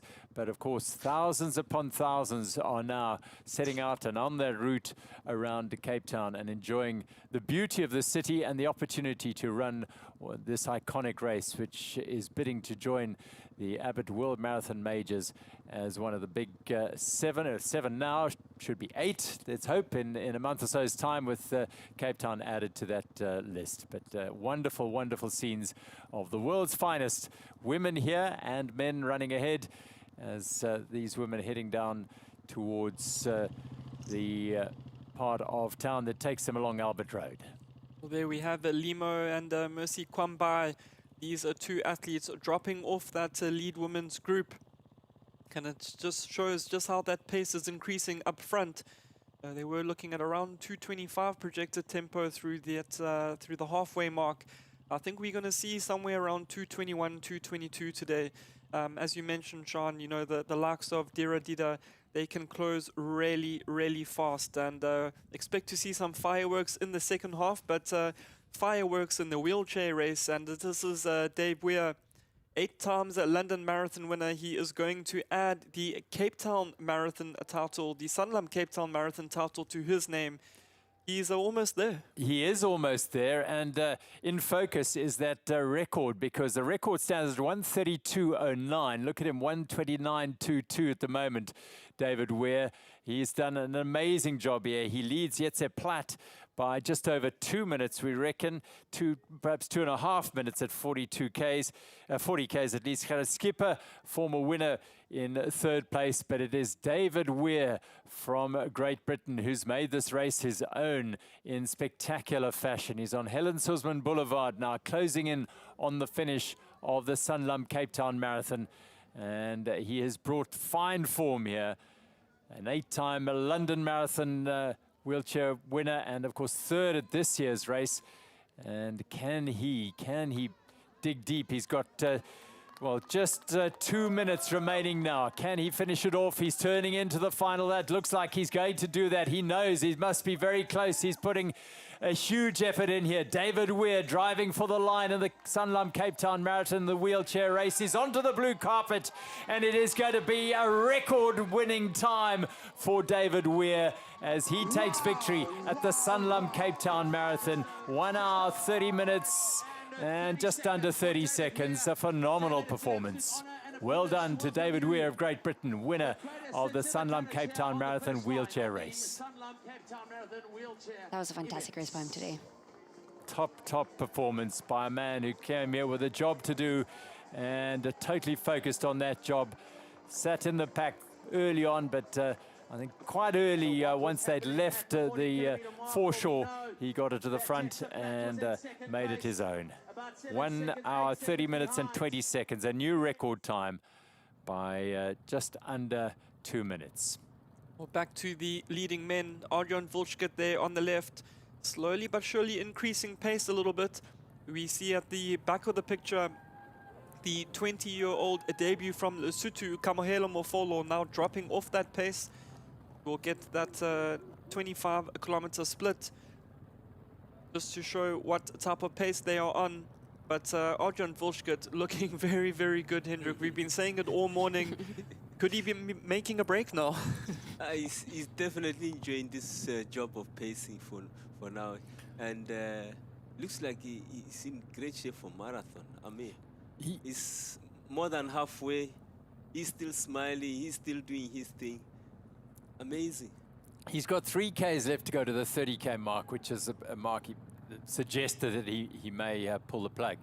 He's either saying, look, I'm going to get to that 30 K, stick at my pace, do what I have to do, or he's saying, if I keep going like this, I'm going to put them, and I go beyond 30, and they think I'm stopping at 30, it might set the cat among the pigeons behind him.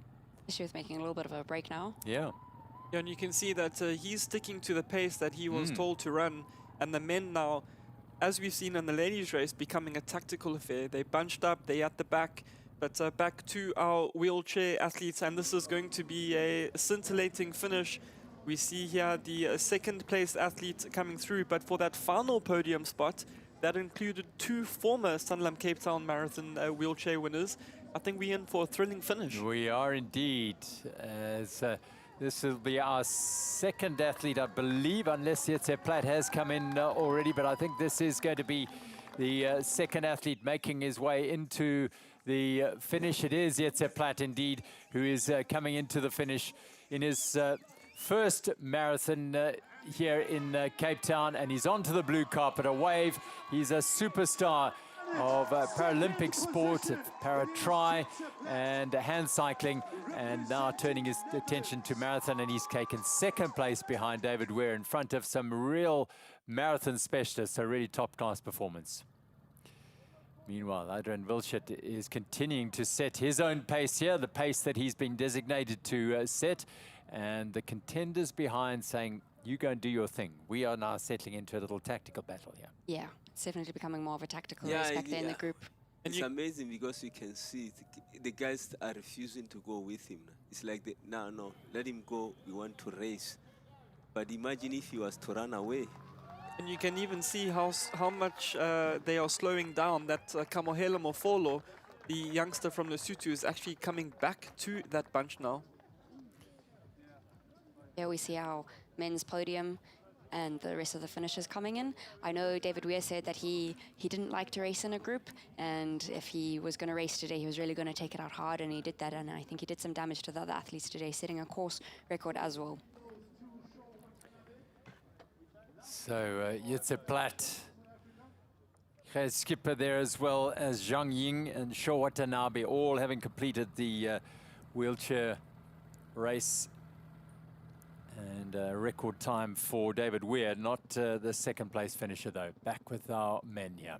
And just a reminder that the pacemakers in the Sanlam Cape Town Marathon Cape Town Marathon are allowed to win the event. They are allowed to continue. We've got one lone pacemaker left in the men's race, Arjun Vilchkut, who's around 25 meters ahead. There he is. It's actually grown now. Yeah, Vilchkut he looks good. He's looking very, very good. Yeah. He did mention yesterday that he was going to go around to 30 kilometers.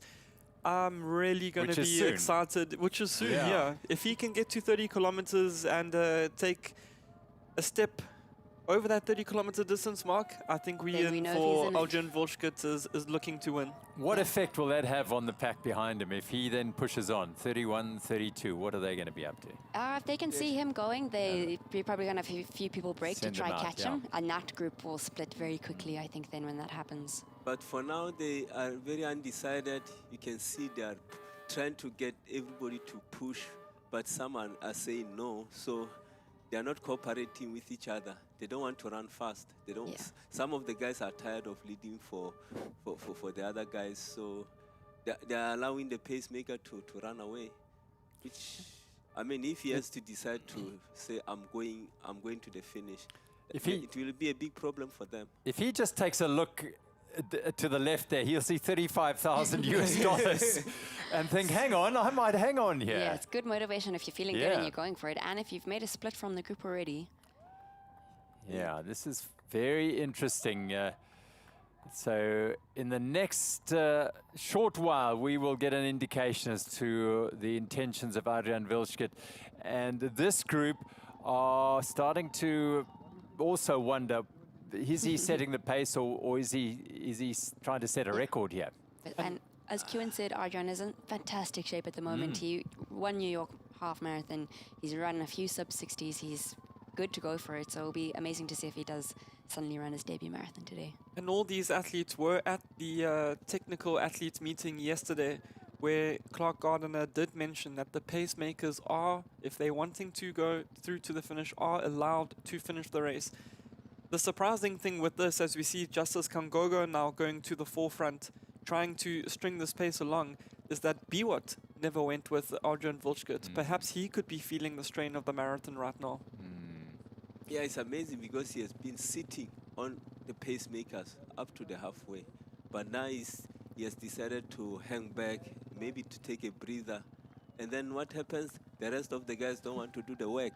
Yeah. They want somebody to do the work for them. So you can say they were briefed that the pacemaker can finish. I wonder if they've actually realized that he is making a break for it. Yeah.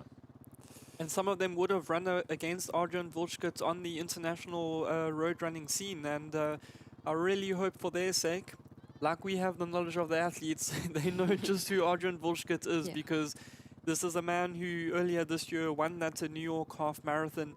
As we see the leaderboard at 25 kilometers in the women's race, Dera Dida now to the front, 1:25.55. Still a little bit slow on the women's race compared to the men, but I think we're going to start to see things hotting up. Down now to a projected just under 2:25 tempo.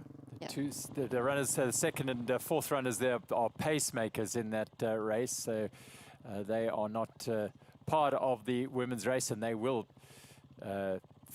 drop off at some stage. Yes, you can see these ladies, Limo, they have definitely taken a little bit of strain with the increase in pace. They're struggling a little bit more than these ladies, and I think the tempo is only going to increase from here. I think they'll probably try get as close to the record as they can get. Well, now Mekasha going through to the front herself, a 2:20 performer at her best, and the who's who of marathon running around the world are out here in front.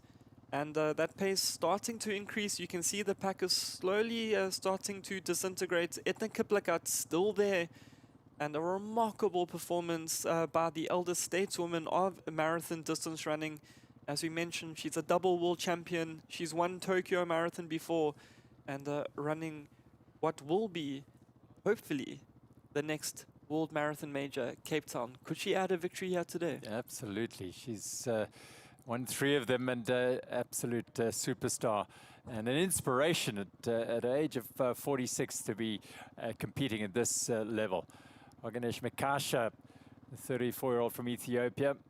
A couple of big wins to her name, Toronto and Osaka. And a PB of 2:20 and looking very, very comfortable. This is turning out to be a fascinating tactical battle. Faster second half. Could see that time, that record time of 2:22.22 from Glenrose Kaba come down, but that's still a way to go. Someone who we haven't mentioned much of at this stage, next to Ayunu there is Leah Cheruto, and she herself has a 2:24.33 marathon PB from Kosat, and operating exactly at that tempo right now, so she'll still be quite comfortable with this pace. We do expect after the 30-kilometer mark for things to really get quicker, but there is your leaderboard at 30 kilometers. Adrian Volschkut 1:29.11. That is low 2:05 marathon pace. Now with a gap of 21 seconds to Bernard Biwat. Maru Teferi, who we've spoken much of in this broadcast, in the 3rd spot, but still all of those men together. The question now, when we get back to the men's race, if Adrian Volschkut is still there. Yes. Yeah, is he up there? Well, it's difficult. We've got that bunch, the big bunch of pre-race favorites, and then Adrian Volschkut, the pacemaker, running quite far ahead. So they're turning into Adderley Street now, the men in the city centre. Beautiful part of historic Cape Town. And then they get to the top of this, and it'll be onto Government Avenue and into the Company's Gardens, and that drag up Company's Gardens. There is that bunch. It's starting to stretch out there. Definitely, there's a big movement break at the front. there. There's a big break up front there. Yeah, there's a break there, and if Volschkut is still in front, if we can get a higher picture there, that means that that is the reason why there's a break. If Volschkut is still in front, they are now chasing him. Yeah. Into Company Gardens they go, and there's movement in this men's race at the Sanlam Cape Town Marathon as they head through this historic part. St. George's Cathedral on the right-hand side, the Houses of Parliament on the left-hand side, and the world's finest marathon runners right up the middle in this beautiful avenue. And Biwat goes on the attack. It's Bernard Biwat, the man who's been very aggressive from the start. And this is quite a big break. After 30 kilometers, we did say we're going to start to see the pace really increase after 30K. He's taken Langat there, Leonard Langat in the 3rd position. Tillahun now, who we saw earlier just after the halfway mark, asking Adrian Volschkut, let's keep the pace honest, let's keep it going. He is now struggling. And the fireworks are happening on the streets of Cape Town. The Sanlam Cape Town Marathon 2026 is starting to hot up in the men's race. Yeah, Biwat is asking questions. Let's see if they can answer those questions. He's pushing, and then I think the others are in trouble. Manuela Schar is closing in on the finish in the women's wheelchair race, and she is going to obliterate the record set by Eden Rainbow Cooper in 2023, 1:52.58. But the Swiss star came here as the race favorite, and from the very outset, she made it clear that she would be the one to beat. She's onto the blue carpet now. Rolling into the finish is the winner of the women's wheelchair race, shattering the record, an unbelievable time, 1:43.20. Manuela Schar from Switzerland, her first race here in Cape Town, and she wins it in record time. Quite phenomenal performance, and she has done so with a broad smile on her face. A second visit to Cape Town, this time as a competitive athlete, and she's made it a record-breaking winning time as well. So fantastic. Almost 9 minutes off the record. Yes, quite phenomenal. Well, it's been a weekend full of records. We saw both course records yesterday being obliterated in the 10-kilometer peace run. We've seen both records being broken now in the wheelchair event. Now to your leading men who are currently on course to destroy the course record. Perhaps we can see it in the women's if they can really increase the pace in the last 10 kilometers. But here we have Lomwai together with Mohamed Issa. These are your chasing men. They are trying to close down that gap to Biwat. We still don't know if Adrian Vilschkit is out there on the road, but if he is, this is why. The pace is really, really increasing. There was a big break just before 30 kilometers, and the pace now hotting up in the 2026 Sanlam Cape Town Marathon. Fireworks are now happening. Yeah, you can see those men are working hard.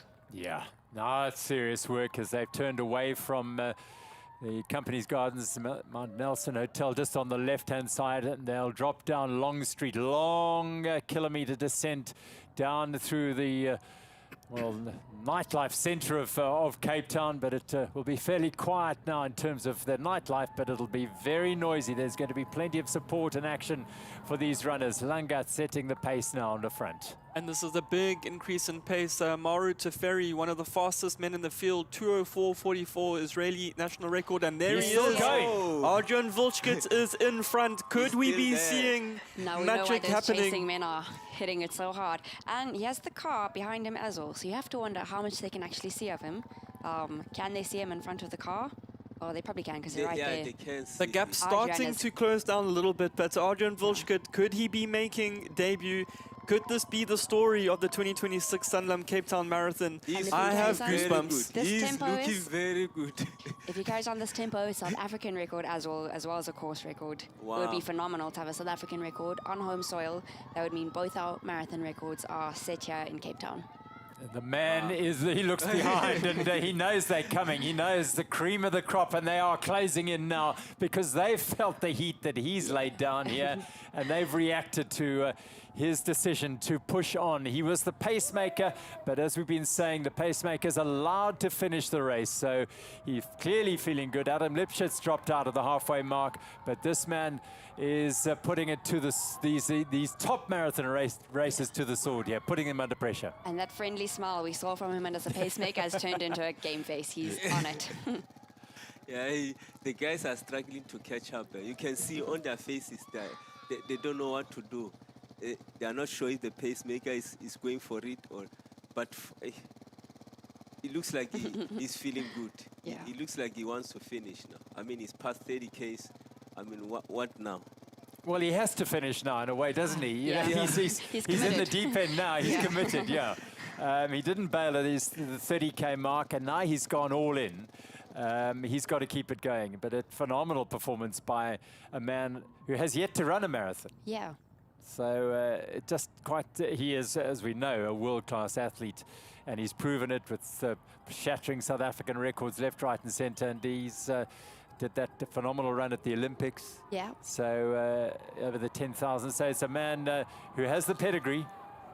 He's coming to the race as a bit of a wild card almost, because coming in as a pace setter, but he knows he can do it. And this will give him such a boost running down Long Street there. And The noise, the support. The supporters know him. They know he's South African. They're going to shout even louder for him. And spare a thought for Adrian's brother Nadil, who was Nadil. actually supposed to be in the elite field today as well after running his 208 marathon debut in December. Unfortunately picking up a little bit of a stress reaction, and he's not out in action today, but I can guarantee you he's out on the route, and if anything is to go by, he will be spurring on his brother Adrian. He's actually looking better than his competitors. Yeah. Amazing, amazing. Just under 10 kilometers to go at the bottom of Long Street. And Adrian Vilschkit, the pacemaker, the wild card in this field now that he's continued to run on, leads this elite field of world-class athletes, 204s and 205s behind him. And he is the man in charge just at the moment. He's put the pressure on these men like they wouldn't have expected it. And it's turned this race on its head. Oh, it's made it very exciting. Cheering will keep him going, inspire him. Well, what a performance.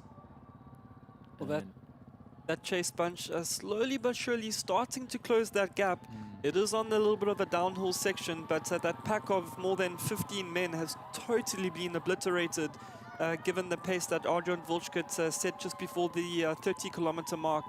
And I really hope that Adrian can stay in this race. It would be a phenomenal story of the 2026 Sanlam Cape Town Marathon should Adrian go on to win it and on debut. I mean, it fits the narrative of what has been a seismic year in marathon running anyway, that a man... And who's to say that Sebastian Sawe's performance in London isn't the sort of catalyst to spark this type of performance? Well, if he can run and Kipchoge can run sub 2 hours, why not? Let's do these. Let's roll the dice and go for it. Yeah, it's that whole belief we were talking about yesterday. If once you believe, it makes it like a little bit easier to break those barriers. Yeah. How comfortable does he look? He's looking better than the competitors themselves. So I'm just wondering if he's... I mean, we are all wondering if he wants to take it or if he's just playing. I mean, I hope he's not playing with the guys. I hope he's going for a win. Yeah. Because he will win it if he takes that decision. I think there's a reason why Adrian Volchkut asked at the technical meeting, if I want to go a little bit further, are we allowed to finish? Oh, wow. So I think he's come here with the plan. Okay. Okay. So this isn't a spur-of-the-moment decision. He had this on the back burner. Very, very good. He's a canny operator, is Adrian Volchkut, that's for sure. I mean, we have no idea whether he did the long runs for the race. He has been very quiet. He didn't say anything. Yeah, he's a closed book when it comes to marathon. But the way he's running, he looks like a seasonal marathon. Ready. Yeah, he looks like an experienced marathoner. You know, no fear. The gap is closing, though. There's no question the gap is closing. As the runners in the athletes in the wheelchair race closing in on the finish. Manuel Escobar is in 1:43.23, taking nearly 9 minutes off the previous record. A quite phenomenal performance. And it looks like Chen is going to be coming into the finish shortly to take second place.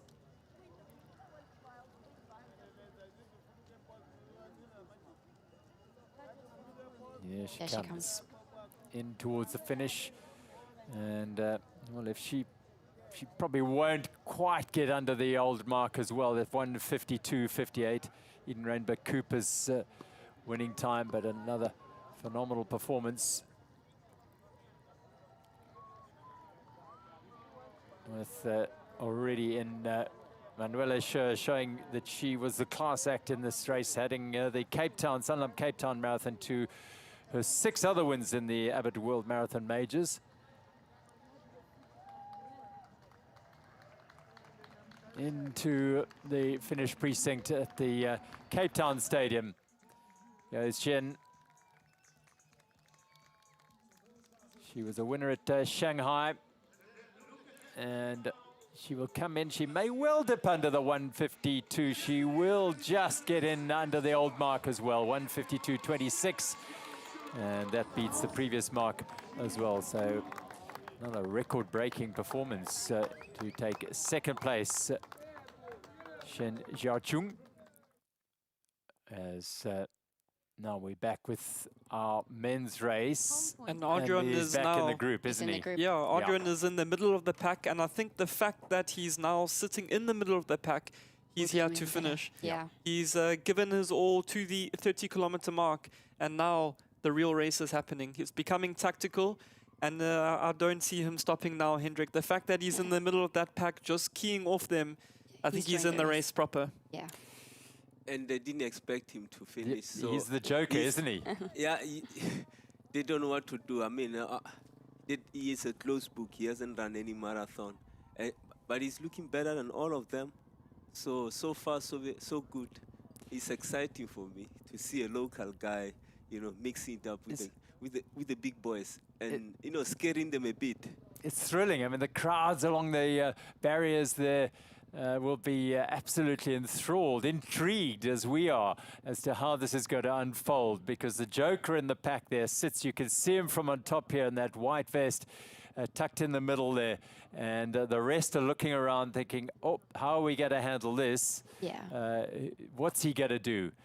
They'll duck underneath the roundabout and then head out on Helen Suzman Boulevard. This is where they come within meters of the finish line at the Cape Town Stadium, and then head out now underneath. So how is this going to impact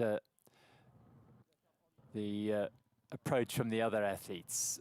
6 of them and a 7th in Adrian Wilchert. Single files. So It's definitely a faster pace. It means the pace is going up again. They are running single files. And I think that's Bernard Biwat who is again to the front. Adrian Wilchert now starting to drop off. Oh, that's actually Lomwai. This is Calipus Lomwai. He only has a 2:13 marathon best, but he's 59:26 at the Roma Ostia half marathon last year. He is running the race of his life. Wilchert hoping that he can close that gap a little bit now. The interesting thing will be, Wilchert has only taken bottles to 30 kilometers as a pacer. Will he still have any of his personal bottles on these tables now? Because he's gone past that distance that he was supposed to. There is the split, 1:44.07. It is Calipus Lomwai in front with Leonard Lagat. The man who I said is my favorite for the race, Mohamed Essa, in the colors of DSM. He's a 3 times World Marathon Major podium finish, 2nd in all of them. Can he go one better today in Cape Town? He is looking very, very good. He's in the red with the white flash across the chest. And this race is now ignited. It's wide awake. If you are joining us now, you're joining us at a fascinating moment in this Sanlam Cape Town Marathon. 7 kilometers to go. And the predicted finishing time at 35 is inside that record time. 2:05.11 is the projected time.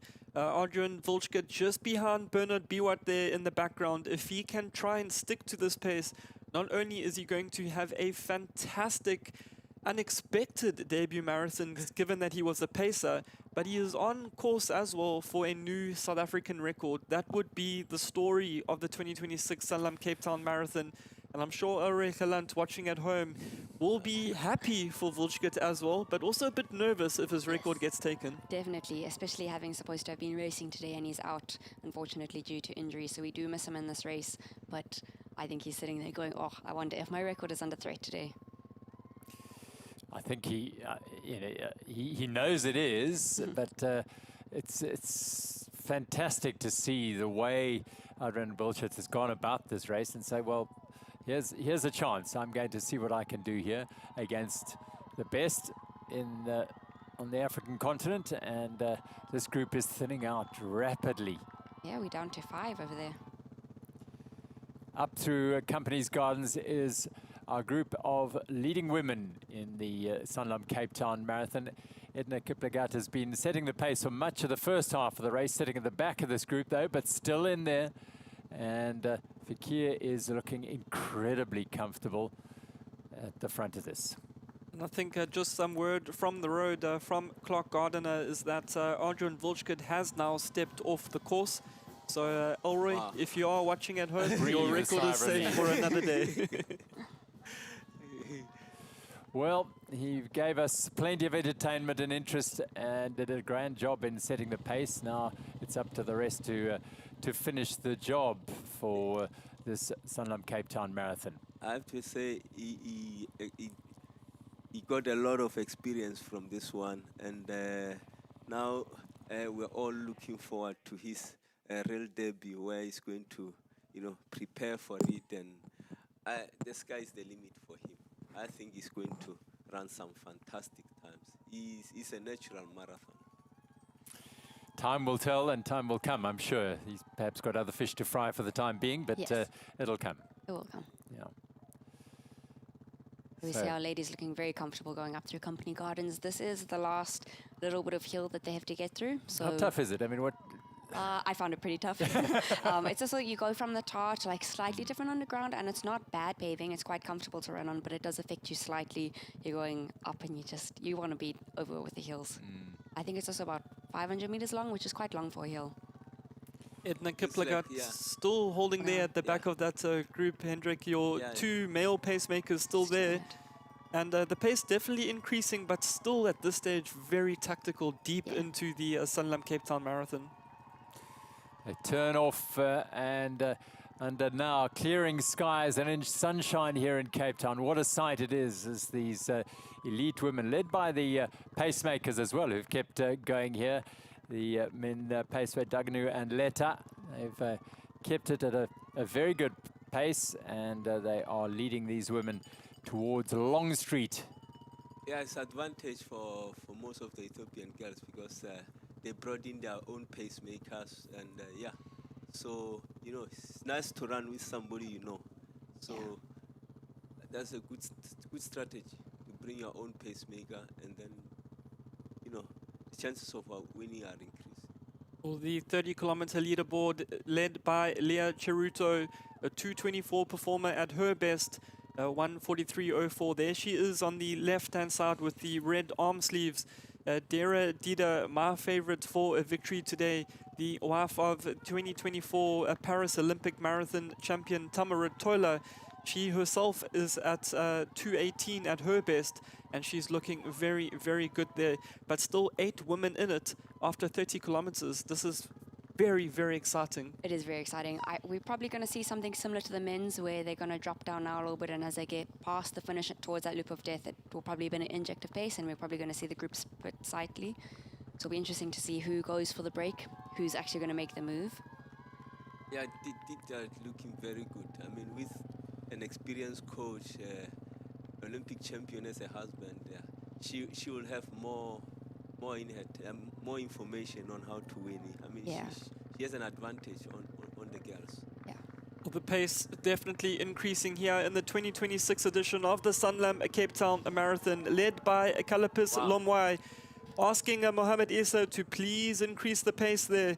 And they are together with a former champion Adane, and it's around about 4 men in front now. Bernard Biwat, who was looking very, very good for the first 30 kilometers, now struggling. I don't think he's going to keep that 100% winning record in his young marathon career so far. 2 wins from 2 starts. It's not going to happen today in Cape Town, but we are set for a thrilling finish in the men's race. Here we see Asefo Umna. He has a PB of 2:05.33. He also seems to be going quite well, but just off the back of that main group. Yeah, it's hanging on, yeah. I think the winners will have to definitely come from this. Once they drop you after 35, there's no coming back. No. There's no coming back. So quartet of contenders now through Sea Point, heading towards Sea Point on Beach Road. And Lomwai, Langat, Essa in this, and Adane. And they had to endure an interesting phase on Long Street when the threat of a pacemaker taking it to the finish set the cat amongst the pigeons. That's now gone because Adrian Wilshut has pulled out, and now it's this quartet plus 1 you feel are going to fight it out over the remaining kilometers. I'm really excited to see how Kalapis Lomwai does, because he's an athlete. I mentioned that 2:13 PB of his. So all the way back in 2018, he was out for a number of years due to repetitive injuries. He came back last year, ran that 59:25 half marathon personal best in Rome, and here he is in his next marathon, and he is going to obliterate that marathon time. There we can see there on the side of the road, 38 kilometers, the men going through there, just under 1 hour, 53 minutes. Jamal Yimmer, the 58:33 half marathon runner, there in 5th place, just behind. He's going to try his hardest, Hendrik, to try and close that gap, but it's going to be very difficult now. These men in front, especially Mohamed Issa, a little glance at the watch there, they still have another gear in the tank there. Yeah, you can see Lomwai is not happy being used as a pacemaker now. The other guys are making sure he works for them, and then they're going to kick. Yeah, he doesn't want to be a pacemaker, but he also wants to take it out fast enough. He wants to try and get away if he can. Yes, I think the best thing for him is just to push and focus and push. Otherwise, the experienced guys are sitting on him, and then they're going to get him. Yeah. Adane 2:05.33 in Osaka this year. The fastest in the calendar year this year. He's on the right-hand side there. And the pain is starting to itch on the face of Emir here. It is the deep end of the race. Yep, it's telling. Oh, we've seen course records being set yesterday in the 10-kilometer peace run. Today in the wheelchair event, we saw more course records in both the men's and ladies' wheelchair race. And we are currently seeing the leading men here in the 2026 Sanlam Cape Town Marathon on course to obliterate the course record. There are still 4 athletes in it, with the former winner Adane there as well. Leonard Langat on the far left, a very, very strong athlete. But Mohamed Issa on the right there, looking very, very relaxed. It's almost like he's got another gear. And I think when they get to the 40-kilometer mark, that's where the winning move is going to be made. Yeah, I think so. 2Ks to go is short enough. So you see a few marathons nowadays where they come down to that finish sprint, and I can't think of anything worse than having to sprint after running 42Ks. So I'm sure all these guys are just trying to get out of that position. Lomwa is the dark horse there. 213, that was long ago. He's a kind of a new runner, after all those injuries. He's looking very good. He's the dark horse. Well, they make the turn now, these 4 runners, and now onto Beach Road, the ocean on their left-hand side now, and a huge phalanx of supporters lining the road. Oh. Oof, take on the drink. And why? Essa, Adane, and Langat, quartet contending. 2 Kenyans, 2 Ethiopians. Yeah. Well, Yeah, that was a cup of Red Bull that you took from the Yeah. Red Bull tent there. So yeah, if Lomwa is your winner today, Got some wings. Yeah. 39 kilometers there, just under 156. So we're still operating at a 2:05 projected time here. And not only are we going to have a new course record, we perhaps are going to have 5 or 6 men under that previous 2:08. Yeah. Is it going to be Leonard Langat? Will it be former winner Adane? Will it be Lomwai? Or will it be Mo Issa on the far right? We are within the final 2 and a bit kilometers now in the 2026 Sanlam Cape Town Marathon. Who is it going to be? Wow, this is exciting stuff. It is exciting. Well, this is what was the intention of bringing a field of this quality to the Sanlam Cape Town Marathon this year. The best ever assembled for the event, and they are delivering great drama, great excitement, and enthralling racing. Langat is Langat? it's like he's struggling to hold on. He Yeah. doesn't. Little undulations, just a little bit of a rise. Enough to break your stride. Enough, exactly. Yeah. And having to dig deep to pull back in and get back into the group. Yeah. Terrific temper. Essa looking very comfortable. He's the man in the red and white.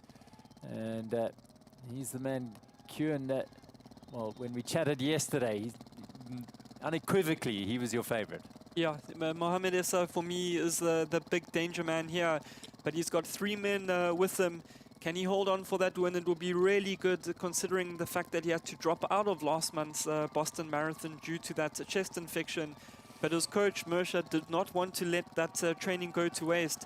And Mohamed Issa could be stepping on to that top step today at the Sanlam Cape Town Marathon. Yeah, second place he's had at Tokyo and Boston and Chicago before, so this is an opportunity to put his name in lights here in Cape Town. Dani takes a drink. They all snatch one. And as we saw at the London Marathon between Sebastian Sawe and Yomif Kajalcha, Sawe was the one who took the drink. Kajalcha didn't take the drink. I saw some of these guys not taking that drink. I wonder if any of them were thinking of that London Marathon. Essa was one of them that didn't. Yes, he was one of them. He didn't, yeah. Yeah, but he's still looking very, very good. I think right now, the 2 Ethiopians versus the 2 Kenyans, we've seen this multiple times in World Marathon majors and marathons around the world. The East African dominance between the 2 nations coming down to that sprint finish. Even if I was Kenyan, I would never want to be on the sprint finish with an Ethiopian athlete because they are known for those killer kicks at the end. That's what I'm thinking. I'm saying if Lomwai wants to win, he better start working harder and harder now. And there We is better start the pushing harder and harder. there is the 40-kilometer mark, and all 4 athletes taking a drink from that Yeah. personal elite station. So could this be the break? We did say at 40 kilometers we think it's going to be, and Mohamed Essa looks like he's starting to break. He's putting the pressure on now, Mohamed Essa. His head goes down. He looks across. Yeah. He's reacting. Lamwai and Adani. Langat is the man who's having to make up ground behind him. Langard is I think it's game over for Yeah, Langard. just fallen off that podium. At 40k, he's losing the podium finish. Oh, wow. Phenomenal pace as Langat now. He sees the race disappearing up Beach Road from him. The big stadium will be ahead of him. You can see that, but in front of that will be these 3 runners he's desperate to try and regain contact with, but it is not likely. Essa, little surge from him that snapped the elastic to Langat. Lomwai is still there, and Adani as well. Lamar is still full of running, you can see. He looks like it's an unknown quantity. I mean, so unknown quality. Sorry, I mean, he can take this thing the way it's looking. Adani looking comfortable as well, sitting in behind Essa, letting Essa do the work. And Adani in great form. This is a second marathon of the year already, taking victory in Osaka, 2:05:37. And can he go one better here in the streets, on the streets of Cape Town? He's looking at Mo Essa. Essa just looking to me still very, very comfortable there. I think this is going to be between Essa and Adane. Hunling Adane from Ethiopia and Mohamed Essa from Ethiopia, and the one Kenyan, Lomwai, sitting now having to, the pace has gone up a little here. Essa and Adane. Oh, Lomwa is looking at the back. It's not a good sign. Not a good sign. Yeah. Like he wants to give up now. Checking on his watch. Hey. Well, Adane in his last 6 marathons has not run slower than 2:07:59. This is a world-class marathon runner, and he is hanging on to the heels of Mohamed Essa just in front of him. Lomwai coming back now. I don't think we've seen the final bit of Lomwai, but Essa still, to me, looking the best of these 3. He still has another gear, and he's not yet used it. Lomwai showing great tenacity to hang on to the pace here and to make himself a factor in this race. And look at him now, just ranging up alongside and saying, I'm still here, you won't get rid of me that easily. The 2 Ethiopians are now digging deep, Essa and Adane. The crowd watching this drama unfold at the 2026 Sanlam Cape Town Marathon. The best in the business. Essa puts the pressure on now and starts surging. Lomwai, that could be done for him. And Essa is on his way now with Adani on his heels. These men are flying. Yeah, it looks like he's winding it. That's where experience is counting. Yeah. Lomwa doesn't have marathon experience, so the best he could have done was just to lead until he can't lead anymore. But he's done now. Well, I said it yesterday, Essa, the fastest man in the field with that 2:04:39, is the one to beat. He is currently in that pole position, but unfortunately for him, Adane is just behind him. Also in his second marathon of the year, this is Leonard Langat in 4th place. We are in for a scintillating finish to the 2026 Sanlam Cape Town Marathon. The question is not, can they run a new course record? The course record is going to be obliterated. The question now, will it be Essa or will it be Adane who take this victory? Adani matching and watching the back of his fellow Ethiopian every step of the way and staying with him. The Kenyans now, their challenge seems to be done. As Lomwai and Langat fade into the distance, and it is the 2 Ethiopians. They've gone past that turn off to Muli Point, and now the finish line is in sight. He looks at his watch. Don't worry about that. The record will go. Just run. Just run. And Adani is not going to let him go either. Hanging on for all he can. There is the fellow Ethiopians' record time of 2:08:16. And, well, they are well inside that right now. Excellent running. Essa came into this race as the man most feared at 2:04.39 with respect to Eliud Kipchoge, whose 2:01.09 happened in 2022. But certainly of the current threat, it was Mohamed Essa, and he's showing it brilliantly here on Helen Suzman Boulevard. Now it's quiet there. There's not too many people for them there. Yeah, you'd expect a few more people out there, but I think there's a lot of cheer zones. Oh, here they are, all on the corner. And that's a perfect spot for them to be. Those men are going to sprint from there. Oh, And a small gap there opening up now. I think this is the winning move by Essa. Yeah, it's broken him, yeah. Mohamed Essa now starts winding it up with just a couple of 100 meters remaining. Behind him is his fellow countryman, Yuhunling Adani from Ethiopia. They look over their shoulders. Adani is trying to respond, trying to dig deep, but Essa is all smooth and efficient moving here. The weight of expectation he had coming into the race as the pre-race favorite. He shouldered that responsibility, bided his time, and incredible strength, great character and confidence. He is going to storm to victory at the Sanlam Cape Town Marathon, and he will do so in record-breaking time. Mohamed Essa of Ethiopia wins the Cape Town Marathon in 2026 in record-breaking time. A sensational win. The man coming in second, Adani, breaks the record as well, and no doubt third place will do so as well, as Lomwai will take third place. But Essa, your champion in 2026. A new course record, the fastest marathon ever run on the African continent. Mohamed Essa, sub 2:05. The course record totally obliterated. 3 men now under 2:05.30. A brilliant performance there by Lomwai, totally obliterating his 2:13 personal best, with Langat now in fourth. Also a sub 2:06 clocking. He has to be happy with that performance. What a performance by all of them. I mean, it's phenomenal that time. They ran the second half incredibly well. Imo comes in fifth place. They would have closed really fast in that second half. They brought that tempo up a lot, and they really closed in to get a sub 2:05 after the first half. I think it just shows you how different the first and second half was of the race. These men closed phenomenally well. No wonder he's happy. He's absolutely obliterated his PB. And also after years of injury and out of the sport, it's really, really good to see Lomwai there back in action.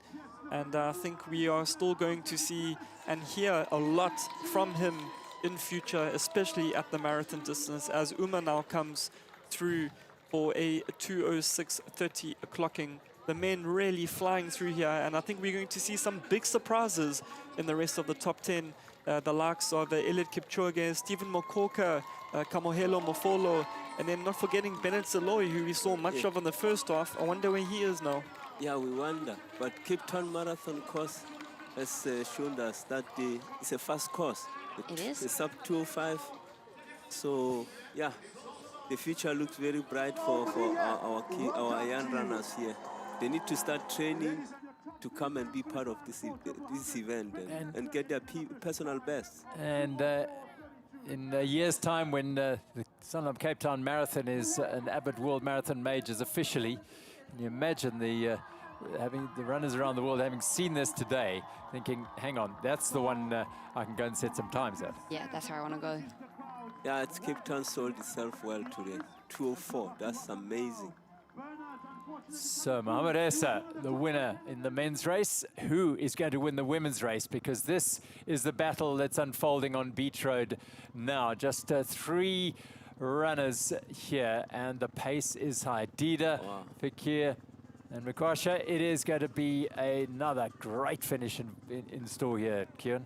Yes, it's going to be a great finish. We did mention a lot of Dira Dida in the beginning of the broadcast. Here is Laura Cheruto that is in the 4th place. She's trying to close that gap, but it's going to be very, very difficult for her to close this gap down. As Sean mentioned earlier, expect to see some fireworks, especially in the last 5 kilometers. And that is where the ladies are now. They'll be nearing the 40-kilometer mark in a couple minutes. And Dira Dida, to me, looking very, very good. But Fakir as well, still like she's out on a Sunday morning jog. Yeah, I think it might be down to the 2 of them.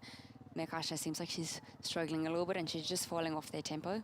Yeah, so far it's an Ethiopian party, 1, 2, 3. So, but Dita looks very good because an experience wise. Yeah, still the one to beat, I think. Pacers have stayed true to their task all the way through. And, well, just digging deep at the back there. Ganesh Mikasha trying to hold on. Look at the effort that is etched on her face as she tries to latch back onto that group, but they are starting to run away from her. I think it was going to be different if the male pacemakers were to get out. It was going to turn tactical, but for now, the faster one is going to have to win because the men pacemakers are pushing them. They're saying, let's go, girls. So, yeah. It's getting faster and faster now. It is. I'm not sure the girls are quite on tempo for a course record today. Maybe they can still surprise us in the last little bit, but I think they might be a little bit outside of that record, which means Glen Rozaba's SA record, course record, and fastest time on African soil will still be safe. The pace is saying, stay with us here. Well, we haven't really mentioned it, but this is where the weather that would come into play because it's quite exposed on that side, but they couldn't ask for better. No, it looks amazing. You can see those trees are hardly moving. The wind is still. Yeah, like yesterday, still beautiful weather. We're so lucky this year. Sean, you're in this position at third place here, and you can see them running away from you. What's going through your mind here? I think kind of just hang on. Don't look back. You don't want to see how close those other people are. Just believe they're coming. And I think just hold on and see if maybe when you turn around and you do that little U-turn and head back towards the stadium, maybe you have a little bit more fight in you. I think at the end of the day, just don't give up. You always have something to give, so see how long you can stick it out for. Mikasha still has a 2:20, so she's close to these ladies and she is in their range. So I guess it comes down to who has it on the day. Dina looked as though she'd made a little bit of a move there. Yeah, it's running away with it, yeah. She's the most experienced, like we say, she's surrounded by champions. Her husband is a great influence. Yeah, at home, the best coach in Ethiopia, you know. So Well, yeah, it's no surprise that she's where she is. She's leading the girls. Yeah.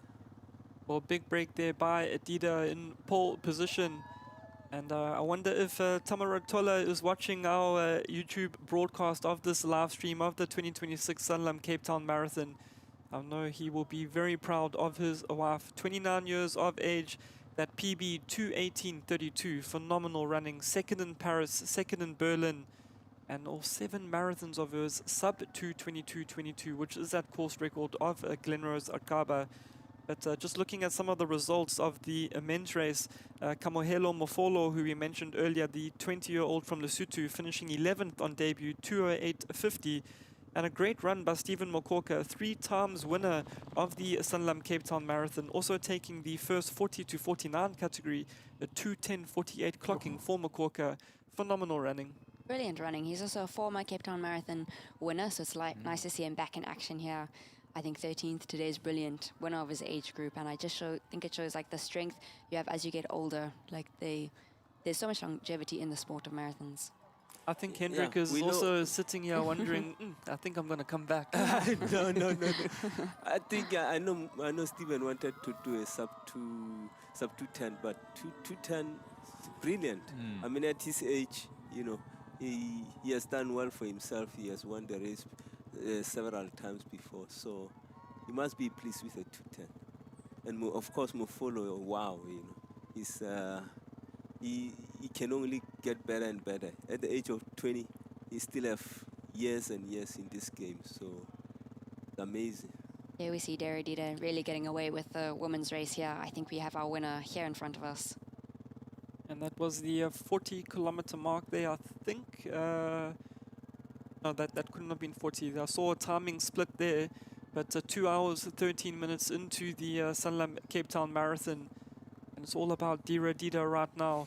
Still together with her 2 pacemakers, 38.5 kilometers covered so far. And the beautiful ocean there on her left. She won't be taking in too much of the scenery. She's just going to be thinking of that beautiful blue carpet next to Green Point at the finish. And Fikir in the second, trying to hold on to that gap. But once the elastic band snaps, it's very hard to come back. Yeah, and Dida's got the advantage of the two paces sitting right in front of her there. And, you know, you look at that gap and you think, well, that doesn't look like much. But at the pace they're running is just phenomenal. Especially at that like late stage in the marathon as well. You're on your end point and you're really just trying to get home. We mentioned Stephen Mokoka with that 13th place finish in 2:10:48. Just behind him was Bennett Zaloy, who's improved on his marathon personal best, 2:12:17. A brilliant debut as well in 15th by the local Cape Town athlete, Anthony Timotheus, running 2:13:04. And then the GOAT, Eliud Kipchoge in 16th, 2:13:29. Wow. He managed to finish. You don't lose I it. mean, it's on his first leg of the tour, so he did well. I mean, he's the GOAT. Beautiful sea point swimming bars on the left-hand side as they sweep around Cape Town's Riviera here. Sea point, those huge high-rises on the right, concession stores and shops on the left, and the ocean, and the best runners in the world, and thousands of obviously the age groupers, the Abbott World Marathon Majors Tours and Travel World Championships taking place here for the age groups from 40 to 44 right up to 80. And of course, those who've set out to come and conquer the Cape Town Marathon as a challenge to themselves, as amateurs, as people who just want to test themselves and want to experience the beauty of Cape Town and the beauty of running a marathon. Yeah. You mentioned the age group championship. Did you know the oldest male here today is 85 years old and the oldest female is 95 years old? It's phenomenal. Absolutely mind-blowing. Amazing longevity you talked about just a short while ago. I mean, if the elites at, well, Edna Kipchoge at 47, 46, 47 is running in this company, yeah, it's incredible that they're still going in their 90s. For Kier now, that elastic well and truly snapped to Dira Dida.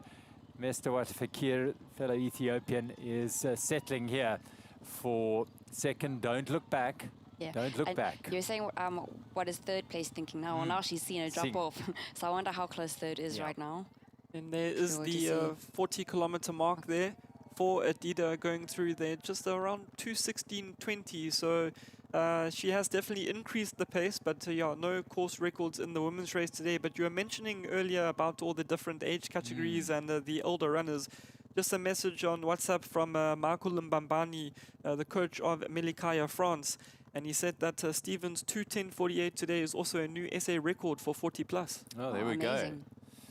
It's a day for records. Yep. It's a weekend for records, isn't it, across the board here. It's just been wonderful to watch. We had both the 10K Peace Run winners yesterday breaking records. And now, not a record, but a superb run. Well, not a record, likely by Dira Dida. She heads towards the finish along Beach Road. And one of the male pacers also now dropped off.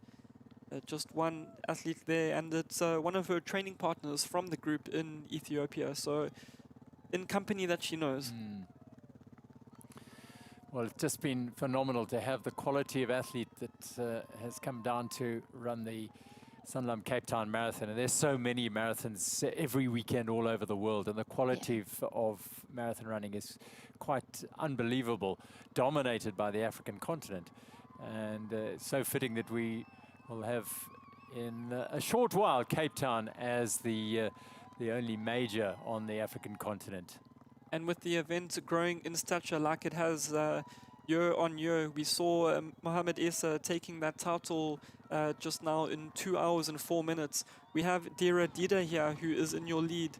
Her husband, as we mentioned, the Olympic champion, Tamaratola. I suspect that Dira is going to go back home to Ethiopia and tell Tamarat what an amazing time she had in South Africa and Cape Town. And perhaps we can see the Olympic champion in Cape Town next year. Bring him back, yeah. That'll be amazing. Yeah, I mean, we have Kipchoge here. The world is watching. Eliud is here. They will come here next year. There will be a lot of them here next year, yes. I think Cape Town Marathon, Clark and his team has worked really hard to get the race to where it is today, and it's really paid off. I think they're about to get world major status, and I think it's just going to keep drawing really big names here to the South African continent in Cape Town. And I think we're going to see times getting faster and faster every year here from here. Well, after the disappointment of last year's very late cancellation due to extreme high winds and damage to infrastructure, it's just a rich reward for everyone involved to have a race like this year. Beautiful conditions, record-breaking time in the men's race, and a world-class fields across all the disciplines, and a massive support. What, 27,000 in the marathon and probably another 17,000 across all the other events. Really does set Cape Town up as the preeminent marathon race on the continent, and fitting that it would be a marathon major. Yeah, and what a day for it as well. I think the decision to move the race to May, they couldn't have made a better decision, and the weather conditions here show it. They have 1 kilometer to go. She's looking strong. And you can see also 2:19:37 with that 1 kilometer to go. Bear in mind it's 42.2 kilometers, so she's going to run a time of maybe around 2:23, so just outside that course record, but for where they were still up to 30 kilometers, this has been a very fast finish by Dida. Yeah, you have to wonder how fast can she sprint that last little bit.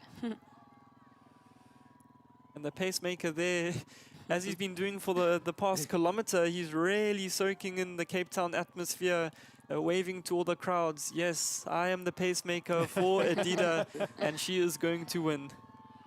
Well, there's Glenrose Carver's record, which is very likely to stay intact here, but that won't be of too much concern to Dida, because she is on her way to victory through 3 Anchor Bay. And the second place runner, Mestawat Fakir, fellow Ethiopian, is holding firm on that position. She's not going to impact the race winner here, but she's done a really, really solid job. But Dida is on her way to glory here at the Cape Town Marathon. Yeah, you would have expected the ladies to run a bit faster, but I think the first half was a bit slowish, too tactical, and yeah, but still a good performance from Dida. Interesting, this quiet section of road here, the opportunity to just contemplate and be alone with your thoughts for a little while, Yeah, and soak it all in. then soak it in, and then roll into the finish where there are huge crowds either side of the barriers there. As Dida is on Helen Suzman Boulevard, the closing kilometre of the Sanlam Cape Town Marathon. In that quiet section there, Gerald, I'm thinking perhaps she's wondering what she's going to go and buy at the waterfront later with the $35,000 US that she's picking up for first place.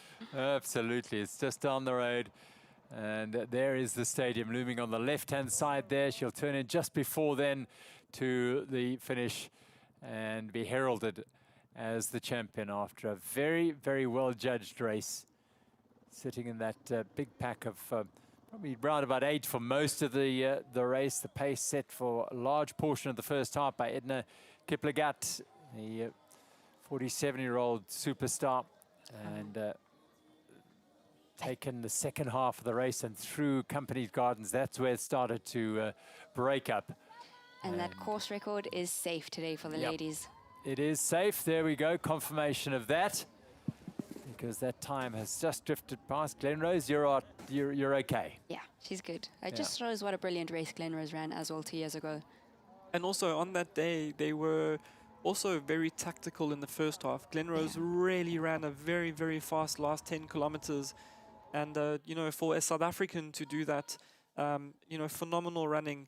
As Adida goes past the 42-kilometer mark, it's going to be a final left turn, and then she's going to be on that magical blue carpet. Gerald, your winner of the 2026 Sanlam Cape Town Marathon, Adira Dida, doing it in style. She is doing it in a superb style, a worthy champion she is proving to be, because she joins a list of phenomenal runners who've won this race, and she does so in grand style. Onto the blue carpets, Adira from Ethiopia is going to take victory here at the Sanlam Cape Town Marathon in just over a minute outside the record time, but that matters little. She is the champion of 2026 at the Sanlam Cape Town Marathon.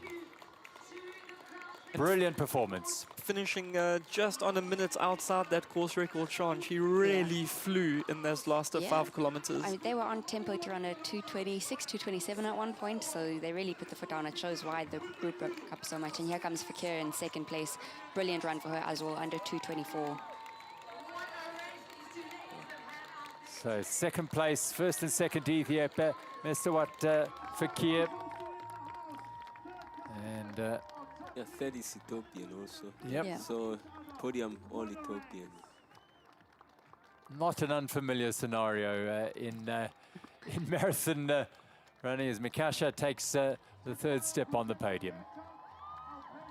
The pacemaker's done an excellent job, and so Chiruto comes home as Leah Chiruto, the first Kenyan home.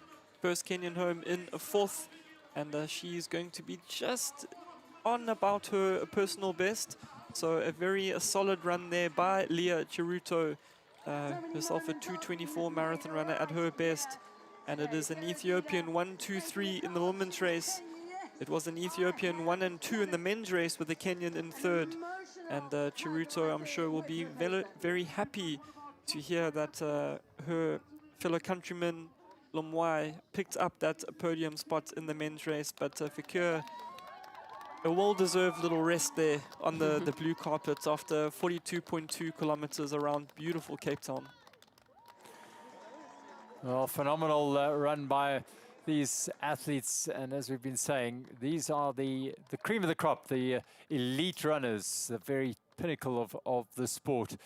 But they are an inspiration to thousands and thousands, and we hope that this race today would have inspired thousands to come and join us here in Cape Town in 2027. Yeah, what could be more inspiring than these fast times? Eliud Kipchoge running on the streets. I think it's just going to draw so many people to the sport.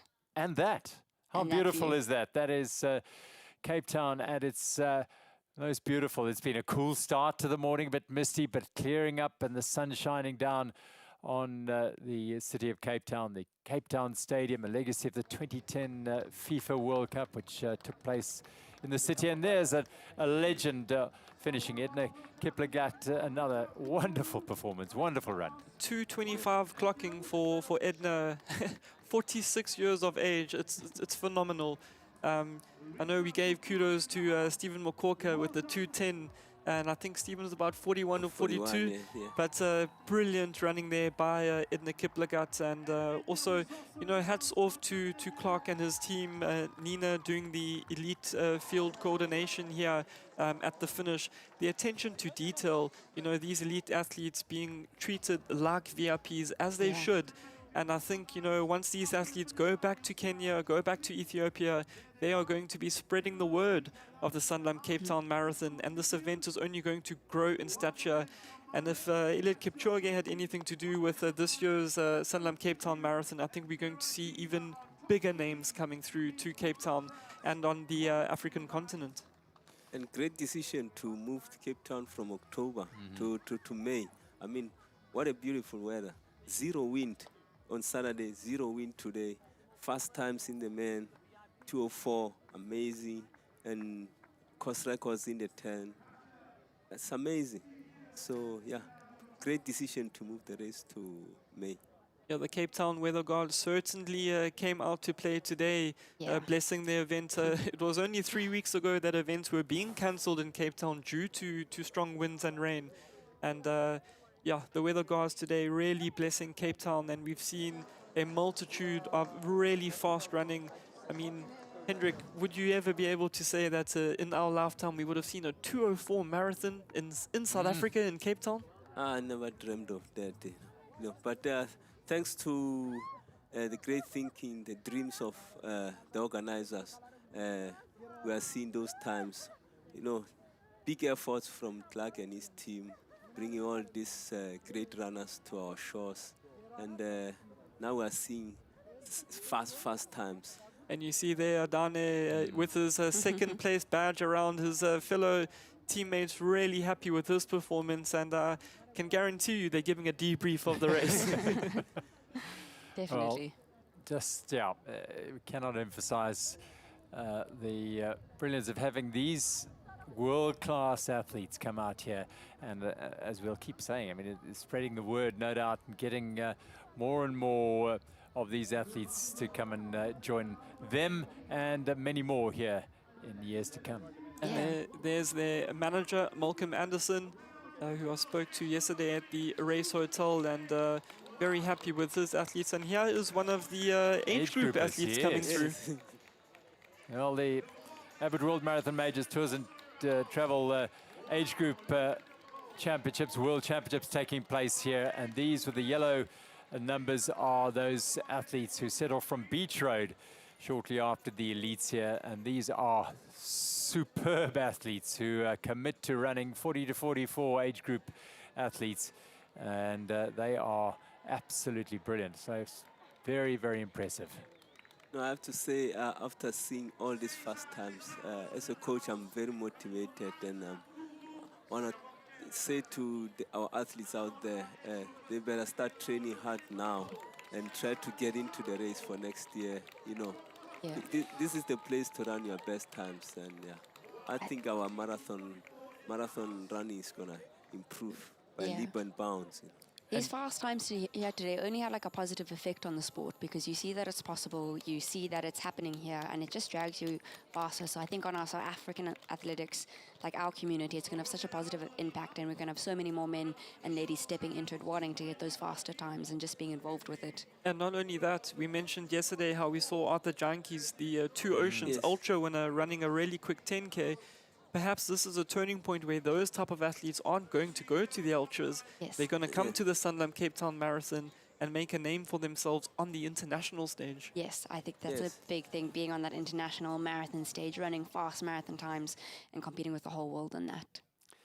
Yeah, it's this is going to become, you feel, the go-to race for the runners, stepping perhaps away from the ultras. Not that they are not big races, they're huge races, but this could become the one to do. What a sight it is. Cape Town looking an absolute picture today here as the Sanlam Cape Town Marathon unfolds. Yeah, and thousands out there doing their lap of the Cape Town Marathon as amateurs, as age group competitors, and enjoying it in this true beauty. Little bit of a flap of a breeze, but nothing that is going to trouble these athletes at all. No, hopefully just a bit to cool you down Yes, as you move through. yes. But yeah, beautiful scenes. And after 2025's disappointment, there we go, out on the roads of Cape Town at Rondebosch Common, the thousands and thousands making their way around the Cape Town Marathon with broad smiles, enjoying the great conditions and incredible support. Cape Town is renowned for the way it opens its heart to the athletes, be they cyclists or runners, triathletes, trail runners, whatever they might be. So often they have big events here, and Cape Town just says, come and join us. Yeah, it's fun to race in Cape Town because there is so much support out there. And this is where the fun is. We saw a lot of strained faces up front in the leading bunch, but these are the athletes that make up that 27,000 and the numbers. These are the athletes that when they're running along a sea point, the phones are out, they're taking the selfies, they're taking the photos of the ocean. And yeah, you can guarantee that Instagram stories and Instagram later today will be publishing many of these athletes' feats with their medals, and a lot of camaraderie out on the route, and a lot of spectators as well. Cape Town, the place to be. Yes. Absolutely. Just so good to see. The camaraderie that a race like this inspires and engenders within the race and without, in other words, around the roads is just sensational. More of the age groupers. But don't forget that the social runners are also very competitive. A lot of guys are pushing for personal best here. Yeah. And a lot of guys are going to get personal best. You know, this is the place to be, like, for, you know, to run fast. Yeah. They also want to, you know, to improve their times. A lot of athletes will aim for this race to be their PB race, because we don't have that many fast marathons in South Africa. especially up at altitude. They're a lot hillier. It's a lot harder. So I think a lot of athletes will be going for PBs today. Olympic triathlete Jamie Riddle's just completed in 2:25. That's amazing. brilliant. Yeah. Especially after his fall. Yeah, last week in the, I think it was the half Ironman or the Yeah. Ironman, where he took that corner and really banged his knee up pretty bad. So Yeah. yeah, great performance there by Jamie. I'm sure his dad watching at home, Alec Riddle, will be very proud of his son's performance. Getting up again and coming out and doing the job brilliantly. Yeah, we love it, and it's lovely to see all these athletes out. One of the age groupers as well, getting through, and so many of them, the opportunity to come from all over the world and come down to Cape Town. So I think there's some 8,000 athletes from all over the world, of which around 1,800 age group runners. So it just is, yeah, it's a gift because you've come for the week. If you were in town any time during the last week, you would have seen runners all over town, through the center of town, through the waterfront, running in their kit, just getting the feel and soaking it in and preparing for this day. Well, runners really taking over Cape Town. And in that previous shot, those were still runners that were pretty handy themselves, definitely finishing way under 3 hours. These athletes here are closer towards the sub-4, I would say. When we went to this shot earlier, I saw one of the pacers there. They had the flag from the back, and those are the official pacing buses. And just for the viewers at home, it's not the bus that you sit on, but the bus that you run with. As we just take a recap of the men's wheelchair results, a brilliant new course record there from David Weir, 8 times London Marathon champion, adding the Sanlam Cape Town Marathon to his arsenal of trophies, 1 hour, 30 minutes and 20 seconds ahead of Jetse Platt and the defending champion, Shaw Watanabe, in 3rd. As much as South Africa would like to claim Jetse Platt, he isn't a South African, confirming Manuel Escar's victory in an utterly dominant fashion. Nearly 9 minutes inside the old record time for the Swiss athlete, 1:43.25. Shen Jiaochun in 2nd place and Deng Yuran in 3rd, 5 minutes behind her fellow countrywoman in the women's wheelchair race at the Sanlam Cape Town Marathon 2026. Beautiful conditions and world-class performances by these athletes. Record-breaking performances all around us. Heading out on that loop of death, if you like. These runners would have just gone past the finish just to their right-hand side, thinking, oh, I've still got a little bit, about 7 Ks to go. And they'll be strong, they'll be focused, no problem at all, as they would have glanced at that blue carpet down there and say, I'll be there in 7 kilometers time. And it's really hard, you know, you run past literally the finish, you can hear the race announcer bringing in your fellow finishers, and you still have 7 kilometers to go. It's not easy. And it's the longest 7 kilometers of your life. Yeah, no, it's not a fun part of the race. As they say, it builds character. The euphemism. Here we go. These runners doing, these are very, very strong runners. Yeah, they are. Yeah, these are still sub-3 performance, probably around 250 or so. You see one of the athletes from Four Ways Running Club, Edgemead, one of the local Cape Town clubs, but a whole host of internationals. You mentioned, Gerald, over 8,000, and the majority of these yellow-numbered athletes are those internationals, and you can see that they are having a great time on the streets of Cape Town. And as we mentioned before, the 2026 Sanlam Cape Town Marathon, really the place to be. And if today's event was anything to go by, I'm really hoping that that rubber stamp gets stamped on the page. Yeah. And next year's Sanlam Cape Town Marathon is a World Marathon Major, because it is so fitting for the event. The first and only on African soil. Yes. And if anything of this year's race was to go by, next year is going to be insanely good. Absolutely, this is setting the tone. Yeah, based on the times that we got, the quality times, the elites finished, yeah, looks like we're getting that major status. Right, we can go down to the finish line and hear from some of the athletes who've completed. I think we're starting with some of the wheelchair athletes. Manuela, congratulations on your victory here at the 2026 Sanlam Cape Town Marathon, a 1:43 today. How did you enjoy the course? What was the vibe like, and how are you feeling with your victory today? Oh my God, I'm so happy. This was amazing. Like the crowd out there and the energy of the city is just amazing. So thanks so much for having me. I had the best day, and I mean, it was a beautiful day for racing. There's quite a big lead up into this race, and it's a big week, and it's a lot of hurry up and wait, isn't it? And when you get onto the dance floor on the start line, it becomes real, doesn't it? It's quite a thing. I was so excited to come here. In the past, it was never right with the timing with track racing, so I retired from track 2 years ago, and finally I made it here, and I'm so excited that I was able to come, and yeah, I had a really good time. Take us through the race today. What unfolded, especially in those last couple of kilometers?